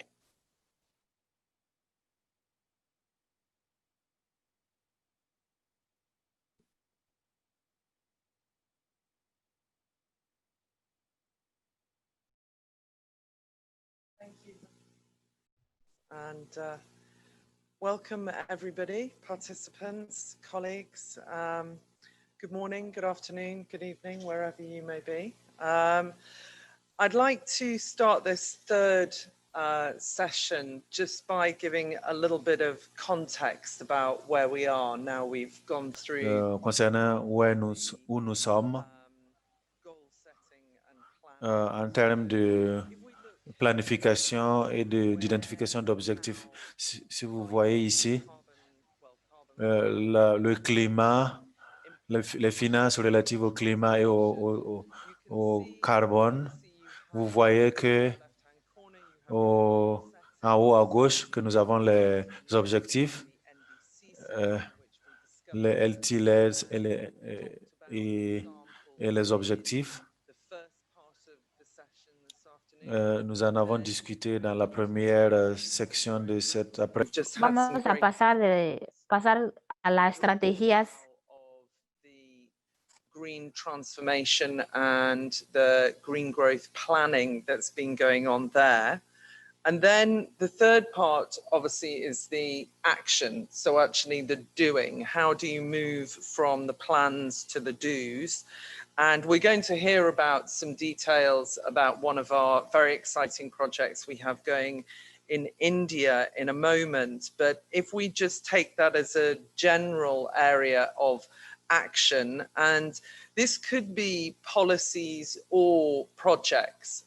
So it might be a single geographical location where you're putting up a solar park, or it could be an entire policy going across a whole country, implementing a emission reducing regulation or standard or whole policy. So the way we see it is this is where the carbon finance fits in. So whatever your national policy or your project is, that will reduce emissions. And as it reduces emissions, this is effectively a commodity that can be sold. So that by the way of selling it either internally to another organization within your company, often called a cap and trade within your country, often called a cap and trade scheme, or internationally by way of carbon transactions under 6.2 of the Paris Agreement as envisaged, that could then allow you to receive carbon finance. And that would be in two forms, either to rebate costs incurred by implementers of the policies or projects, or to generate, perhaps more on the policy side, to generate additional income that can then be used for even further action. So then you have your third area, so that's the checking of the action, of the doing. And then you come back again to the goal setting. And if you've managed to implement further action, then you can in turn increase your ambition and raise your targets. So this is where we see a clear link between carbon finance and the increase of ambition. One thing I will notice, I really liked Dr. Botos's comments earlier in the session about it being a psychological issue. Yes, the first tangible results, if you have a single year target, the first tangible results you will see will be when you do the assessment in 2030 and say what your emissions are. So how do we keep the engagement for the next 10 years between now and then? And certainly we feel that that ability to generate income and to generate an additional finance flow is the way to keep the enthusiasm and the ambition, especially of the private sector. So moving on, a little bit more about how we see this working. So you're going to have your enabling your international carbon transaction leading to a flow of funding, and that's through an additional income stream. So the idea is not to pick your low-hanging fruits, the areas in the economy in your NDC which you feel are not that expensive to implement. those you keep and you say, no, we'll do those domestically, but those slightly higher hanging fruit, the things that you say are too expensive to implement domestically, maybe that's your kind of conditional target of your NDC. This is the area where we see the carbon finance coming in, because to avoid double counting, corresponding adjustments must occur. So you must lose the emission reductions as a host country associated with those, but in turn, the payback is the funding to be able to increase ambition. So one thing is it's results-based financing. So you have to reduce the emissions, sell the commodity, the emission reduction rights, and then receive the funding. So although not a traditional viability gap funding as you would see through climate finance, it could be used in the similar context when looking at working capital, for example. Then to move on a little bit further, what activities do GGGI do within the carbon finance space? And I think you're probably quite familiar with the pipeline of how GGGI generally moves from planning and policy into implementation, and this is no different. So we have programs we are talking about that look at both readiness for Article 6. So this could be as simple as ensuring that your NDC is written in tons of CO2 metrics. So then you can actually monitor NDC progress against a sale of carbon emissions that would be in tons of CO2 equivalent. Then you have the policy or the project development, the origination role here. This could be both looking for those individual projects within a sector, or it could be, as I say before, some kind of nationally implemented policy, which is something not possible under the Kyoto period, but now possible under the Paris period by Article 6. Governance framework design. So here we need the enabling environment. So I've heard repeatedly talk of the capacity building, the assistance to ensure that government is clear with guidance. S'assurer que le gouvernement a des mécanismes pour guider et partager les informations.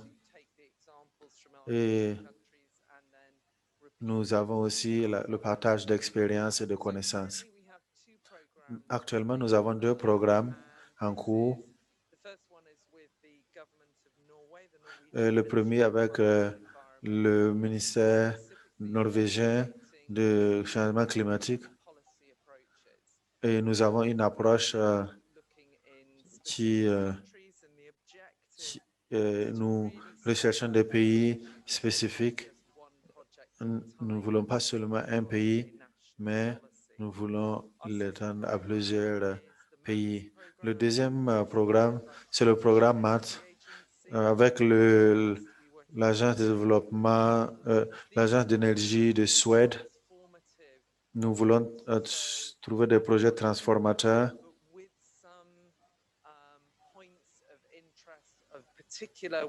avec des points d'intérêt centrés sur la technologie,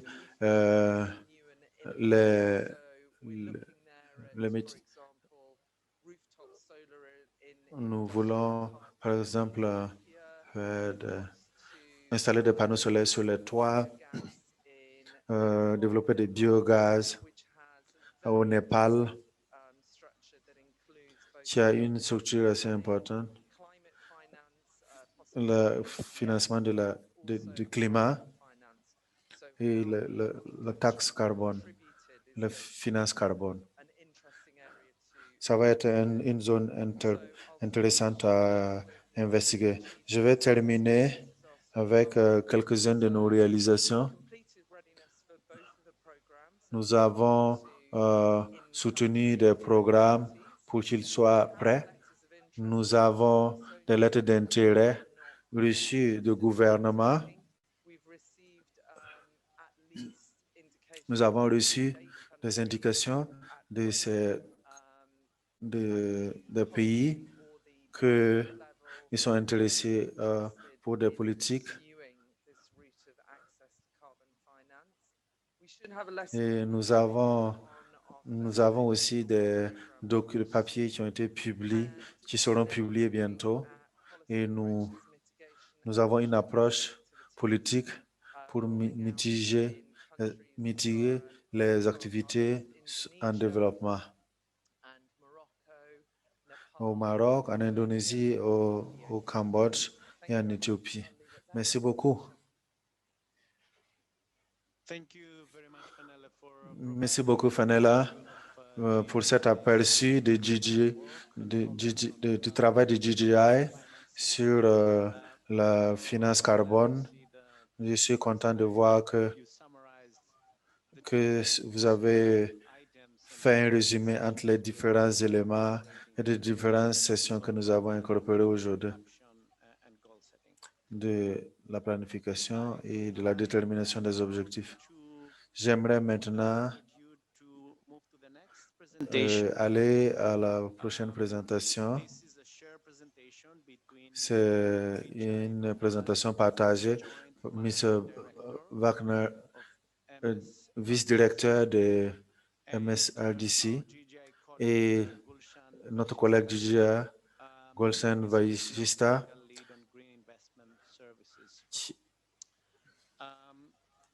The floor is yours, so we're looking Vous avez la parole. hearing more about the transition into a transformative green infrastructure. Nous sommes intéressés à entendre parler de la transition. Very warm greetings. Am I audible? Merci beaucoup. Yes, you are. Yes, thank you. So, thank Merci. you our case before the Pour August. cette opportunité de présenter devant cette auguste audience. Merci à GGGI, aux participants, aux panélistes. C'est un privilège d'être là. Je vous ai rejoint depuis 1h du matin. Je suis content d'être là. J'aimerais commencer avec l'introduction de mon organisation.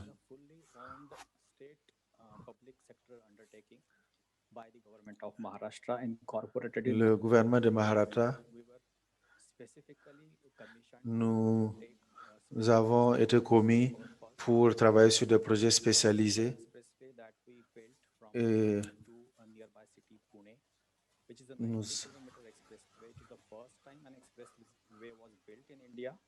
nous avons construit cette autoroute. C'était un challenge pour nous. De 6 km de fil et un pont qui est à Mumbai. Et maintenant, ce que nous faisons, nous avons 1 milliard de projets, un projet d'1 milliard d'autoroutes que nous avons créé de Mumbai. Le gouvernement et les investisseurs, ce sera 1,5 milliard qui sera investi. Nous avons des projets de 7 milliards. C'est maintenant le type de croissance que nous avons connu.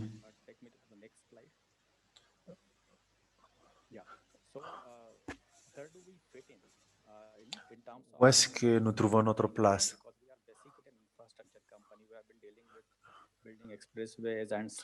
Nous construisons des autoroutes, des plafonds, des initiatives vertes.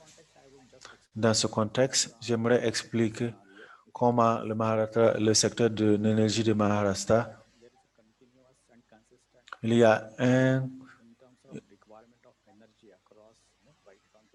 a une nécessité de développer une croissance verte et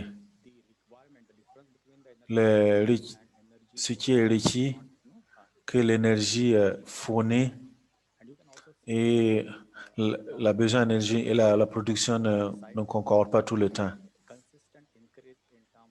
Il y a une croissance continue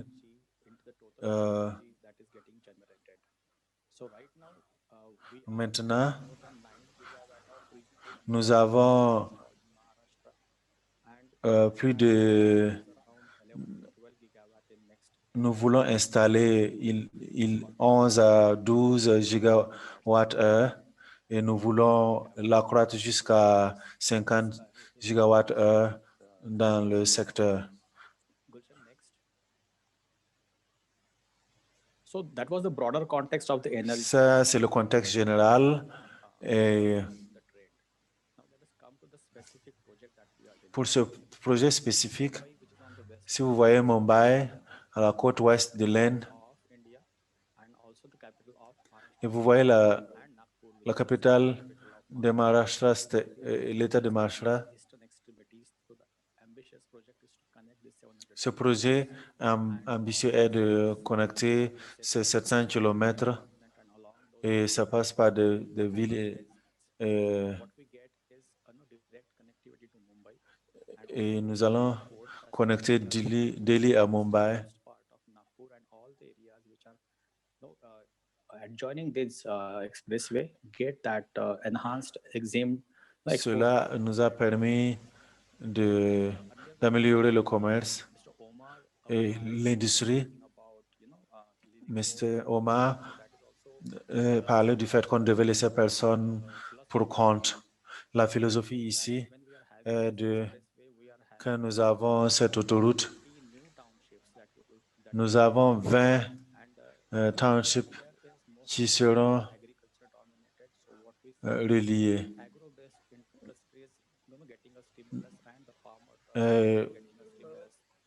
Il est important de fournir des motivations pour que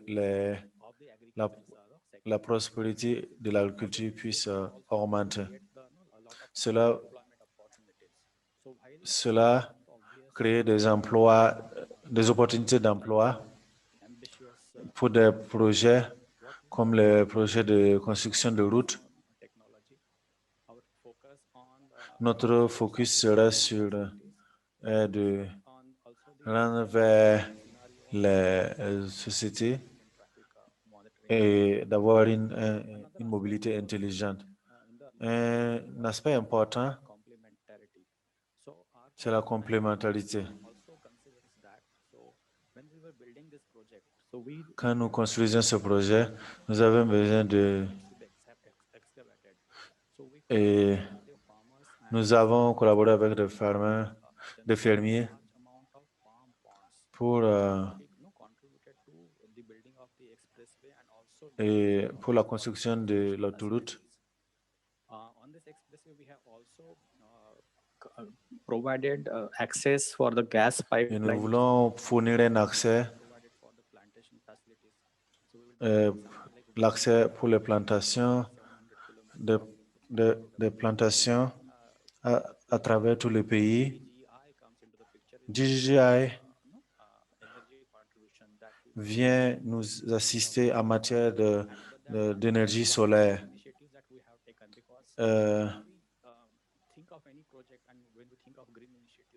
Quand nous pensons à ces projets verts, à ces projets d'innovation verte,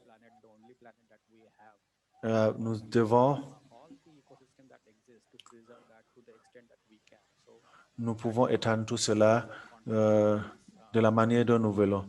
C'est ça le général contexte qui entoure cette question. Cela me ramène au contexte spécifique de SBTM. So it's the Samruddhi Mahamarga. Samruddhi literally means prosperity, and Mahamarga is the road to the prosperity. So the concept of solarization is that it is the first. Le concept de solarisation.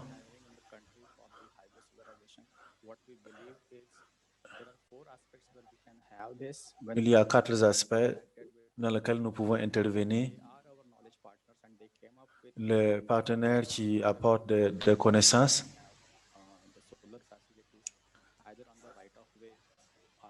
Or on the interchanges where we have a huge amount of land. D'autres interviennent dans le domaine de des échanges. Constructing our wayside amenities. So these are 4 areas where Il y a 4 domaines et nous travaillons avec GGGI et les consultants pour élaborer des plans pour générer l'énergie solaire.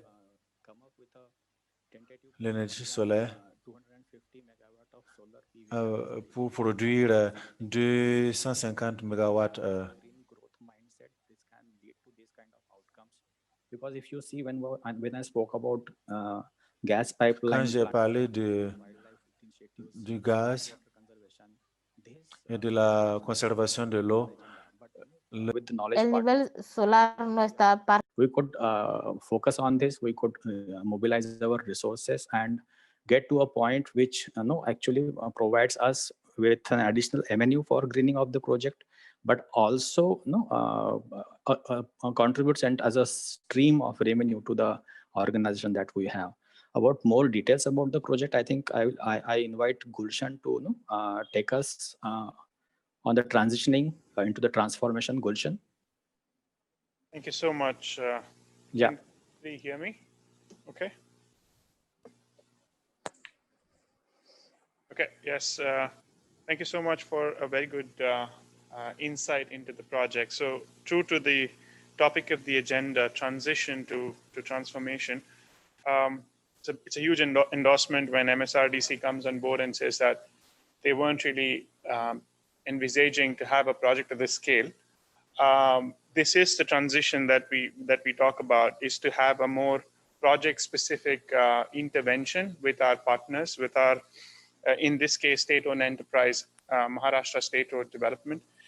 The transformation really comes in when the board of MSRDC endorses that such programs become a mandate of their of all the future projects that they would develop. So all future highways that they come up with should have the green aspect of it. It also, we made a case as to how it actually enhances their books of accounts. It is truly a sustainable way of looking at infrastructure. So some insights into how this is financially viable as well. We proved to MSRDC if a project income, pardon me for the numbers, are in Indian currency. It is 1275 crores over a period of 25 years. Payback period of 8.5 years, which is very sturdy.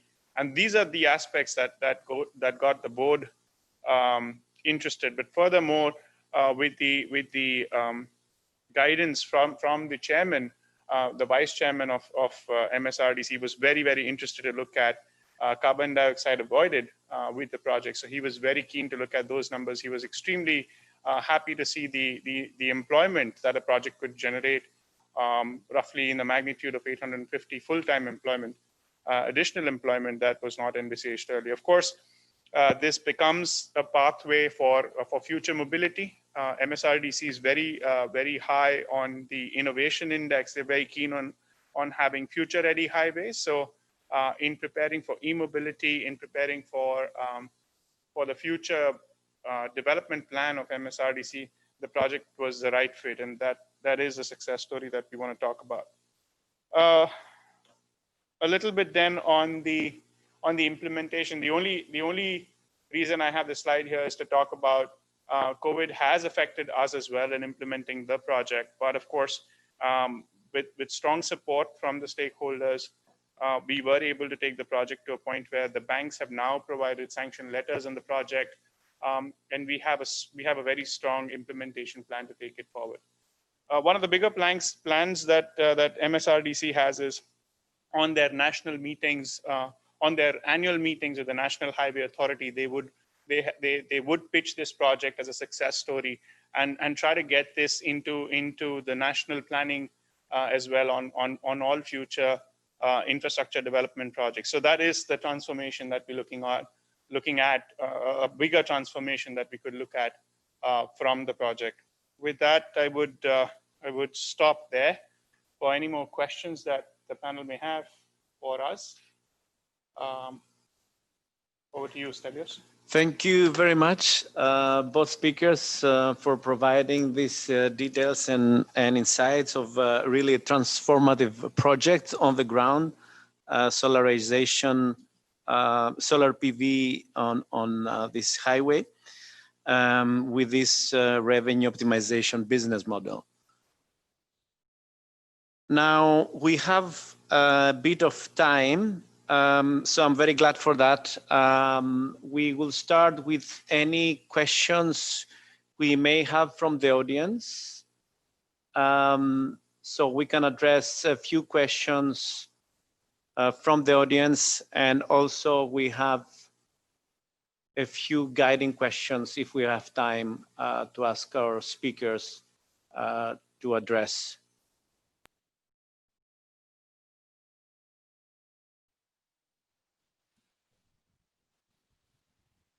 Okay, so thank you very much. Thank you very much for very useful presentation. And I don't have question, but I would like to provide more information regarding the mainstreaming of a green growth agenda in Lao PDR. So in order to implement the National Social Economic Development Plan, so we have formulated the M&E framework in order to monitor and assess the implementation of the National Socio-Economic Development Plan. And key indicators of Green Growth Agenda have been incorporated into the plan.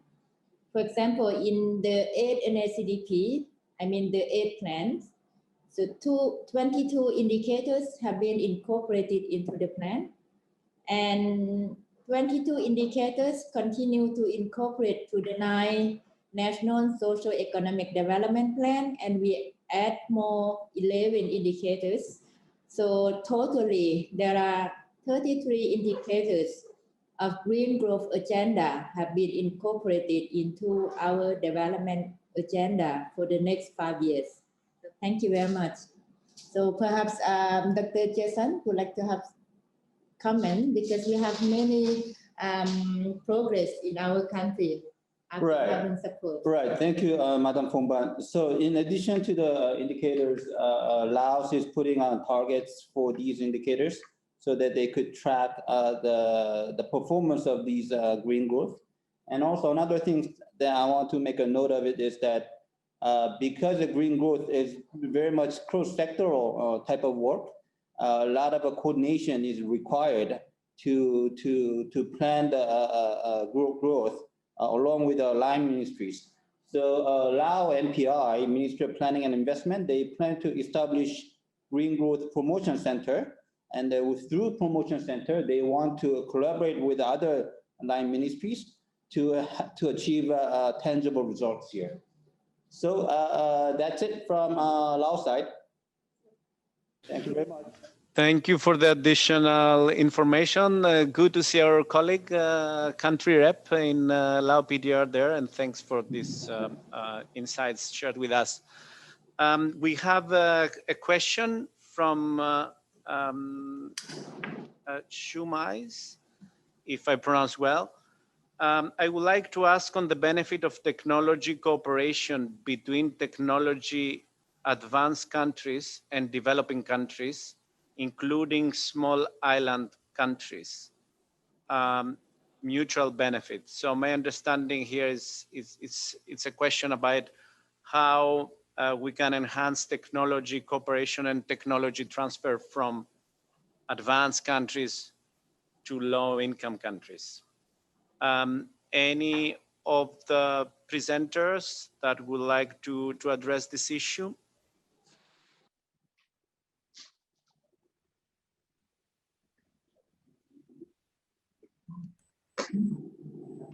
I am more than happy to do so from Hungary. It's okay. Yes, please.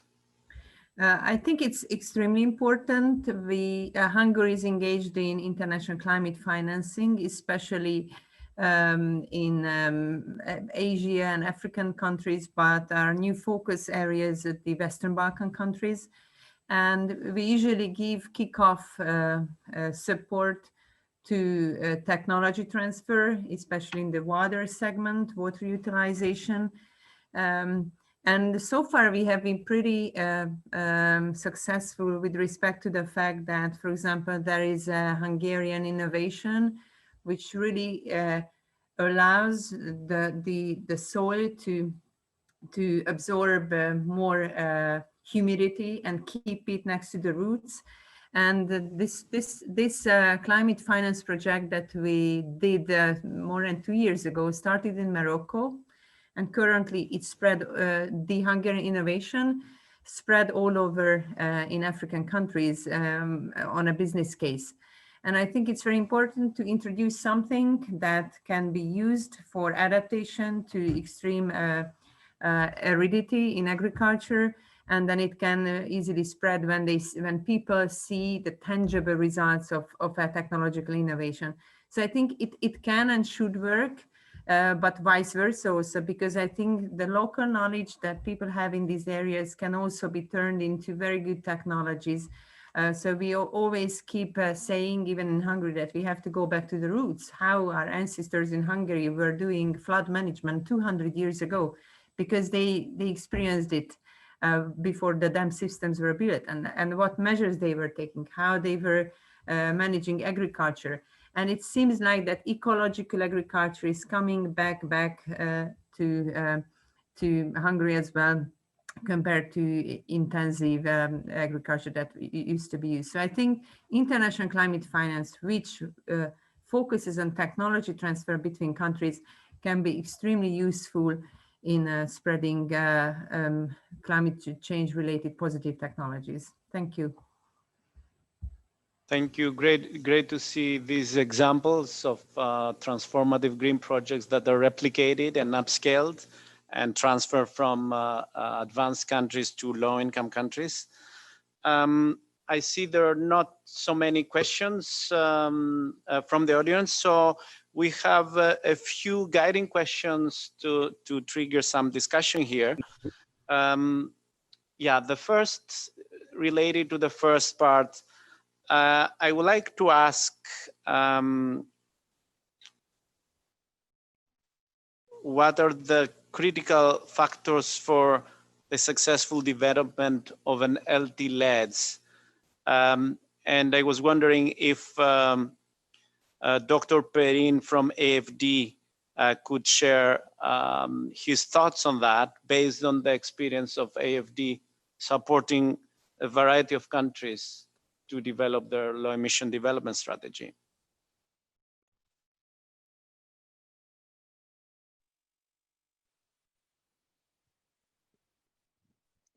Yes, thank you, Stelios, for the question. Yeah, I think based on maybe what we are doing in Colombia and in a number of countries, still it's an early process, so it's also difficult to see what are the critical factors. But what we see in Colombia is that what we have mentioned earlier about political leadership, identifying a national champion, and also a very strong stakeholders engagement, not only at the interministerial level, because there is this interministerial committee, but there are also technical groups. There are also groups with the donors, the development partners, because it's a country where there are many support ongoing. So it's a critical issue to also coordinate this action. And above all, there is also these regular meetings every 2 or 3 months with the civil society, private sector, which are kind of open public discussions to ensure that there is some kind of also feedback, bottom-up feedback from the stakeholders. Yeah, I think what is also interesting is they ask questions about other countries' experience. For example, France, since we have also this national strategy for low carbon and this carbon neutrality objective. So they were very interested in peer-to-peer exchanges. So we also managed to put in relation the teams who conducted this strategy in France to the Colombian team. And so they had an opportunity to discuss based on their respective experience. And as I said also, I think what is also interesting in Colombia is since there were also a lot of technical analytical work, this was done in connection with a national research institution, universities, meteorological institutes for the adaptation component. So basically to ensure that there is this national ownership and that basically the analysis is done by the national teams. There can be some external support, international support, but basically what is more important is that Mais ce qui est plus important, by national teams. Yeah, this is maybe a short answer for your question. Thank you very much. And thank you for highlighting this very critical and important factor of ownership, particularly with regard to analytical work. Then I would like to move to the next section of questions on part 2. Yes, and I would like to ask the last question. Other than access to finance for projects, what implementation challenges do you anticipate, and how can development partners support?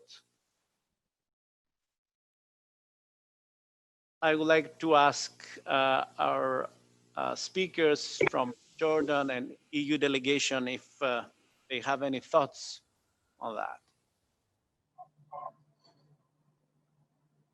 Dr. Jihad, would you like to start? Okay, I can start. I mean, regarding the barriers for green growth, maybe worldwide and in Jordan, there are many barriers that exist, and these are related to the existence of transparent governance process and enforcement of legislations, and maybe to the lack of the proper mechanisms to incentivize green growth, in addition to the need for having an integrated planning process that values societal impacts, and also barriers and challenges related to the behavioral shift and to the capacity building.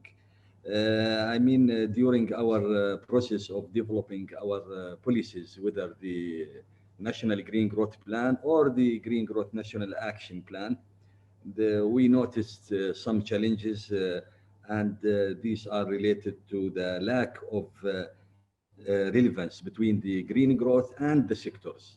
So there was some kind of gap which we needed to actually shorten or bridge this gap for to have better green growth implementation. And many government priority projects are not well defined actually in terms of objectives or project design. In addition to there is a strong focus on the infrastructure projects, and most of the time these need resources, and they face some challenges for implementation. So these are the barriers, and through our work we actually managed to convert our green growth national green growth plan, which was endorsed by the cabinet as a roadmap, into our green growth national action plan, to have this roadmap being implemented. And actually all the actions that were identified, these are refined priority actions that were identified in cooperation with the line ministries, and these form priority for them. So our job was actually to mainstream these priority objectives at the sector level into green growth agenda, to have sustainable sectors. And of course, as I mentioned earlier, this process was a very good exercise for all the relevant stakeholders for capacity building, and we actually had some kind of task force in each of the relevant line ministries. So this was some kind of building the capacity for them. And through this framework, the action plan or the roadmap, we managed to have the proper framework that pushes the overall efforts in Jordan towards the gradual transition into green economy. Yeah, thank you. Thank you. Any brief comment from Mr. Abu-Eid from the EU delegation on this? I think Dr. Jihad covered it all in principle. If I just add maybe planning, where we really need to enhance joint planning and maybe the green growth strategy and the national action plans were a good really model and exercise for the sectors to work together, and also come up with national action plans with a proper follow-up measure to ensure that everyone works together, everyone achieves the same indicators, and try to achieve the overall objective of the strategy and action plan. Thank you. Thank you very much. I see we're running out of time, so I would like to ask the next speakers addressing the questions to be brief. So I would like to go to the next set of questions and ask the second question. We discussed about planning processes, critical factors for success, challenges, but also we touched upon carbon finance. The question is how governments can accelerate or facilitate the mobilization of carbon finance to drive green transformation and lead the green transformation. Thank you, Stelios. I suppose I better take this one. Okay. Very briefly, I think really the best thing that governments can't do, I know the private sector often says best thing governments can do is get out of the way and let the private sector develop a market. But due to the setting of NDCs and the requirement for corresponding adjustments, that is not possible.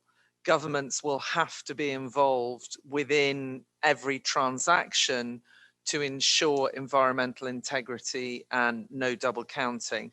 So what can a government therefore do best? And my first and foremost thing will be getting the governance frameworks in place. So working out who is going to authorize arrangements, how are they going to authorize transactions? It needs to be multiple stakeholders within the government, because it has to involve the ministry in charge of the NDC and the line ministry where the activity is based, and when to approve. Can you give ex ante approval so that a project developer in the private sector has comfort and can go and develop the project knowing it will be approved ex post? Or do you want to wait and only give ex post, which might curtail or delay the market development? So do you want to have positive lists, negatives lists? That, it's very, very lengthy and involved, but getting those in place will certainly help and drive the green transformation. Also, really important to link to the NDCs so that you know what you're selling is not being used for your NDC, and how can you ensure that income comes back and circulates to generate more activity and then allows you to increase your ambition. Climate finance is finite. There's only so much the banks can give with ODA support. So we need to crack open carbon finance and the participation of the private sector if we're really going to get scaling up. I'll leave it there. So thank you, Fenella. Government structures are important to mobilize carbon finance and mobilize and engage stakeholders and the private sector. So I would like then to ask the last speakers, what are the challenges or barriers of private sector's engagement in the green transformation?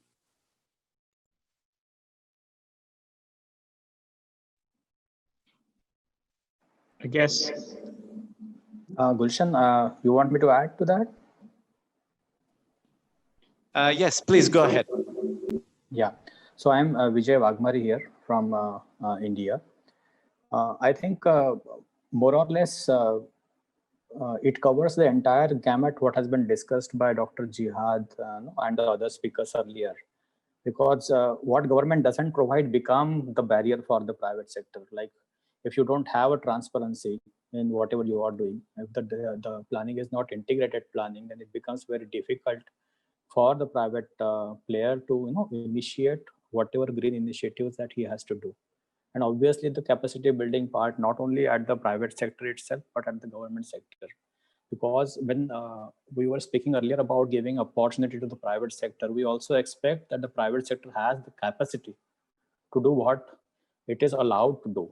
But I think that over a period of time, even in India, we have seen that it takes around a decade or more to develop that kind of a technology. So that so that relates to the access to the technology, the cost of the technology, and government providing certain incentives for getting that technology to them. And obviously somebody else also mentioned the timely intervention. So if I as a private entity apply for something and I'm like uncertain and unsure about how and when that project will be sanctioned, then it becomes difficult for me to assess its financial consequences.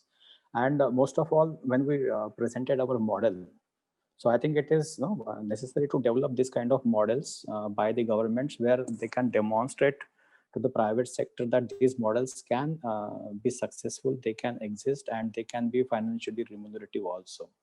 So I think that is what my response is to the question. Thank you. Gulshan, would you like to add anything on that? Thank you, Stelios. As everybody has covered most of the points that I had, but one thing that I'd like to mention about state-owned enterprises, they are in a very unique position from the private sector's perspective because they don't receive sovereign guarantees to get access to finance. They do understand very well of the public and the government priorities, and they are very, very well averse of the private sector functioning of the market. So I really feel that state-owned enterprises are in a unique position to drive the transformation, to begin to demonstrate and pave the way for private sectors to come in and look at some of the solid implementations that state-owned enterprises can actually make in the countries. That is one point that I wanted to cover. Thank you. Thank you, Stelios. Thank you very much, everyone. I think we are out of time. If there are any urgent final points to be raised or made by the speakers, we can wrap up this session. I hope the audience and participants get some insights on the challenges and opportunities of developing long-term low-emission development strategies and national green growth action plans. We saw experiences from different countries that GGGI is supporting, and also how we move from planning to implementation through carbon financing, mobilization, and private sector engagement on developing projects, transformative projects on the ground. So I would like to warmly thank all the speakers that are online, that are here, for their insights they gave to us, and also all participants, but also our colleagues that supported this session, interns, and also other colleagues that provided support to the country speakers. So thank you very much, and please stay tuned. There are more side events from this series of sessions on transition to transformation. Thank you very much, and bye-bye. Thank you. Thank you. Thank you. Thank you. Bye-bye. Bye.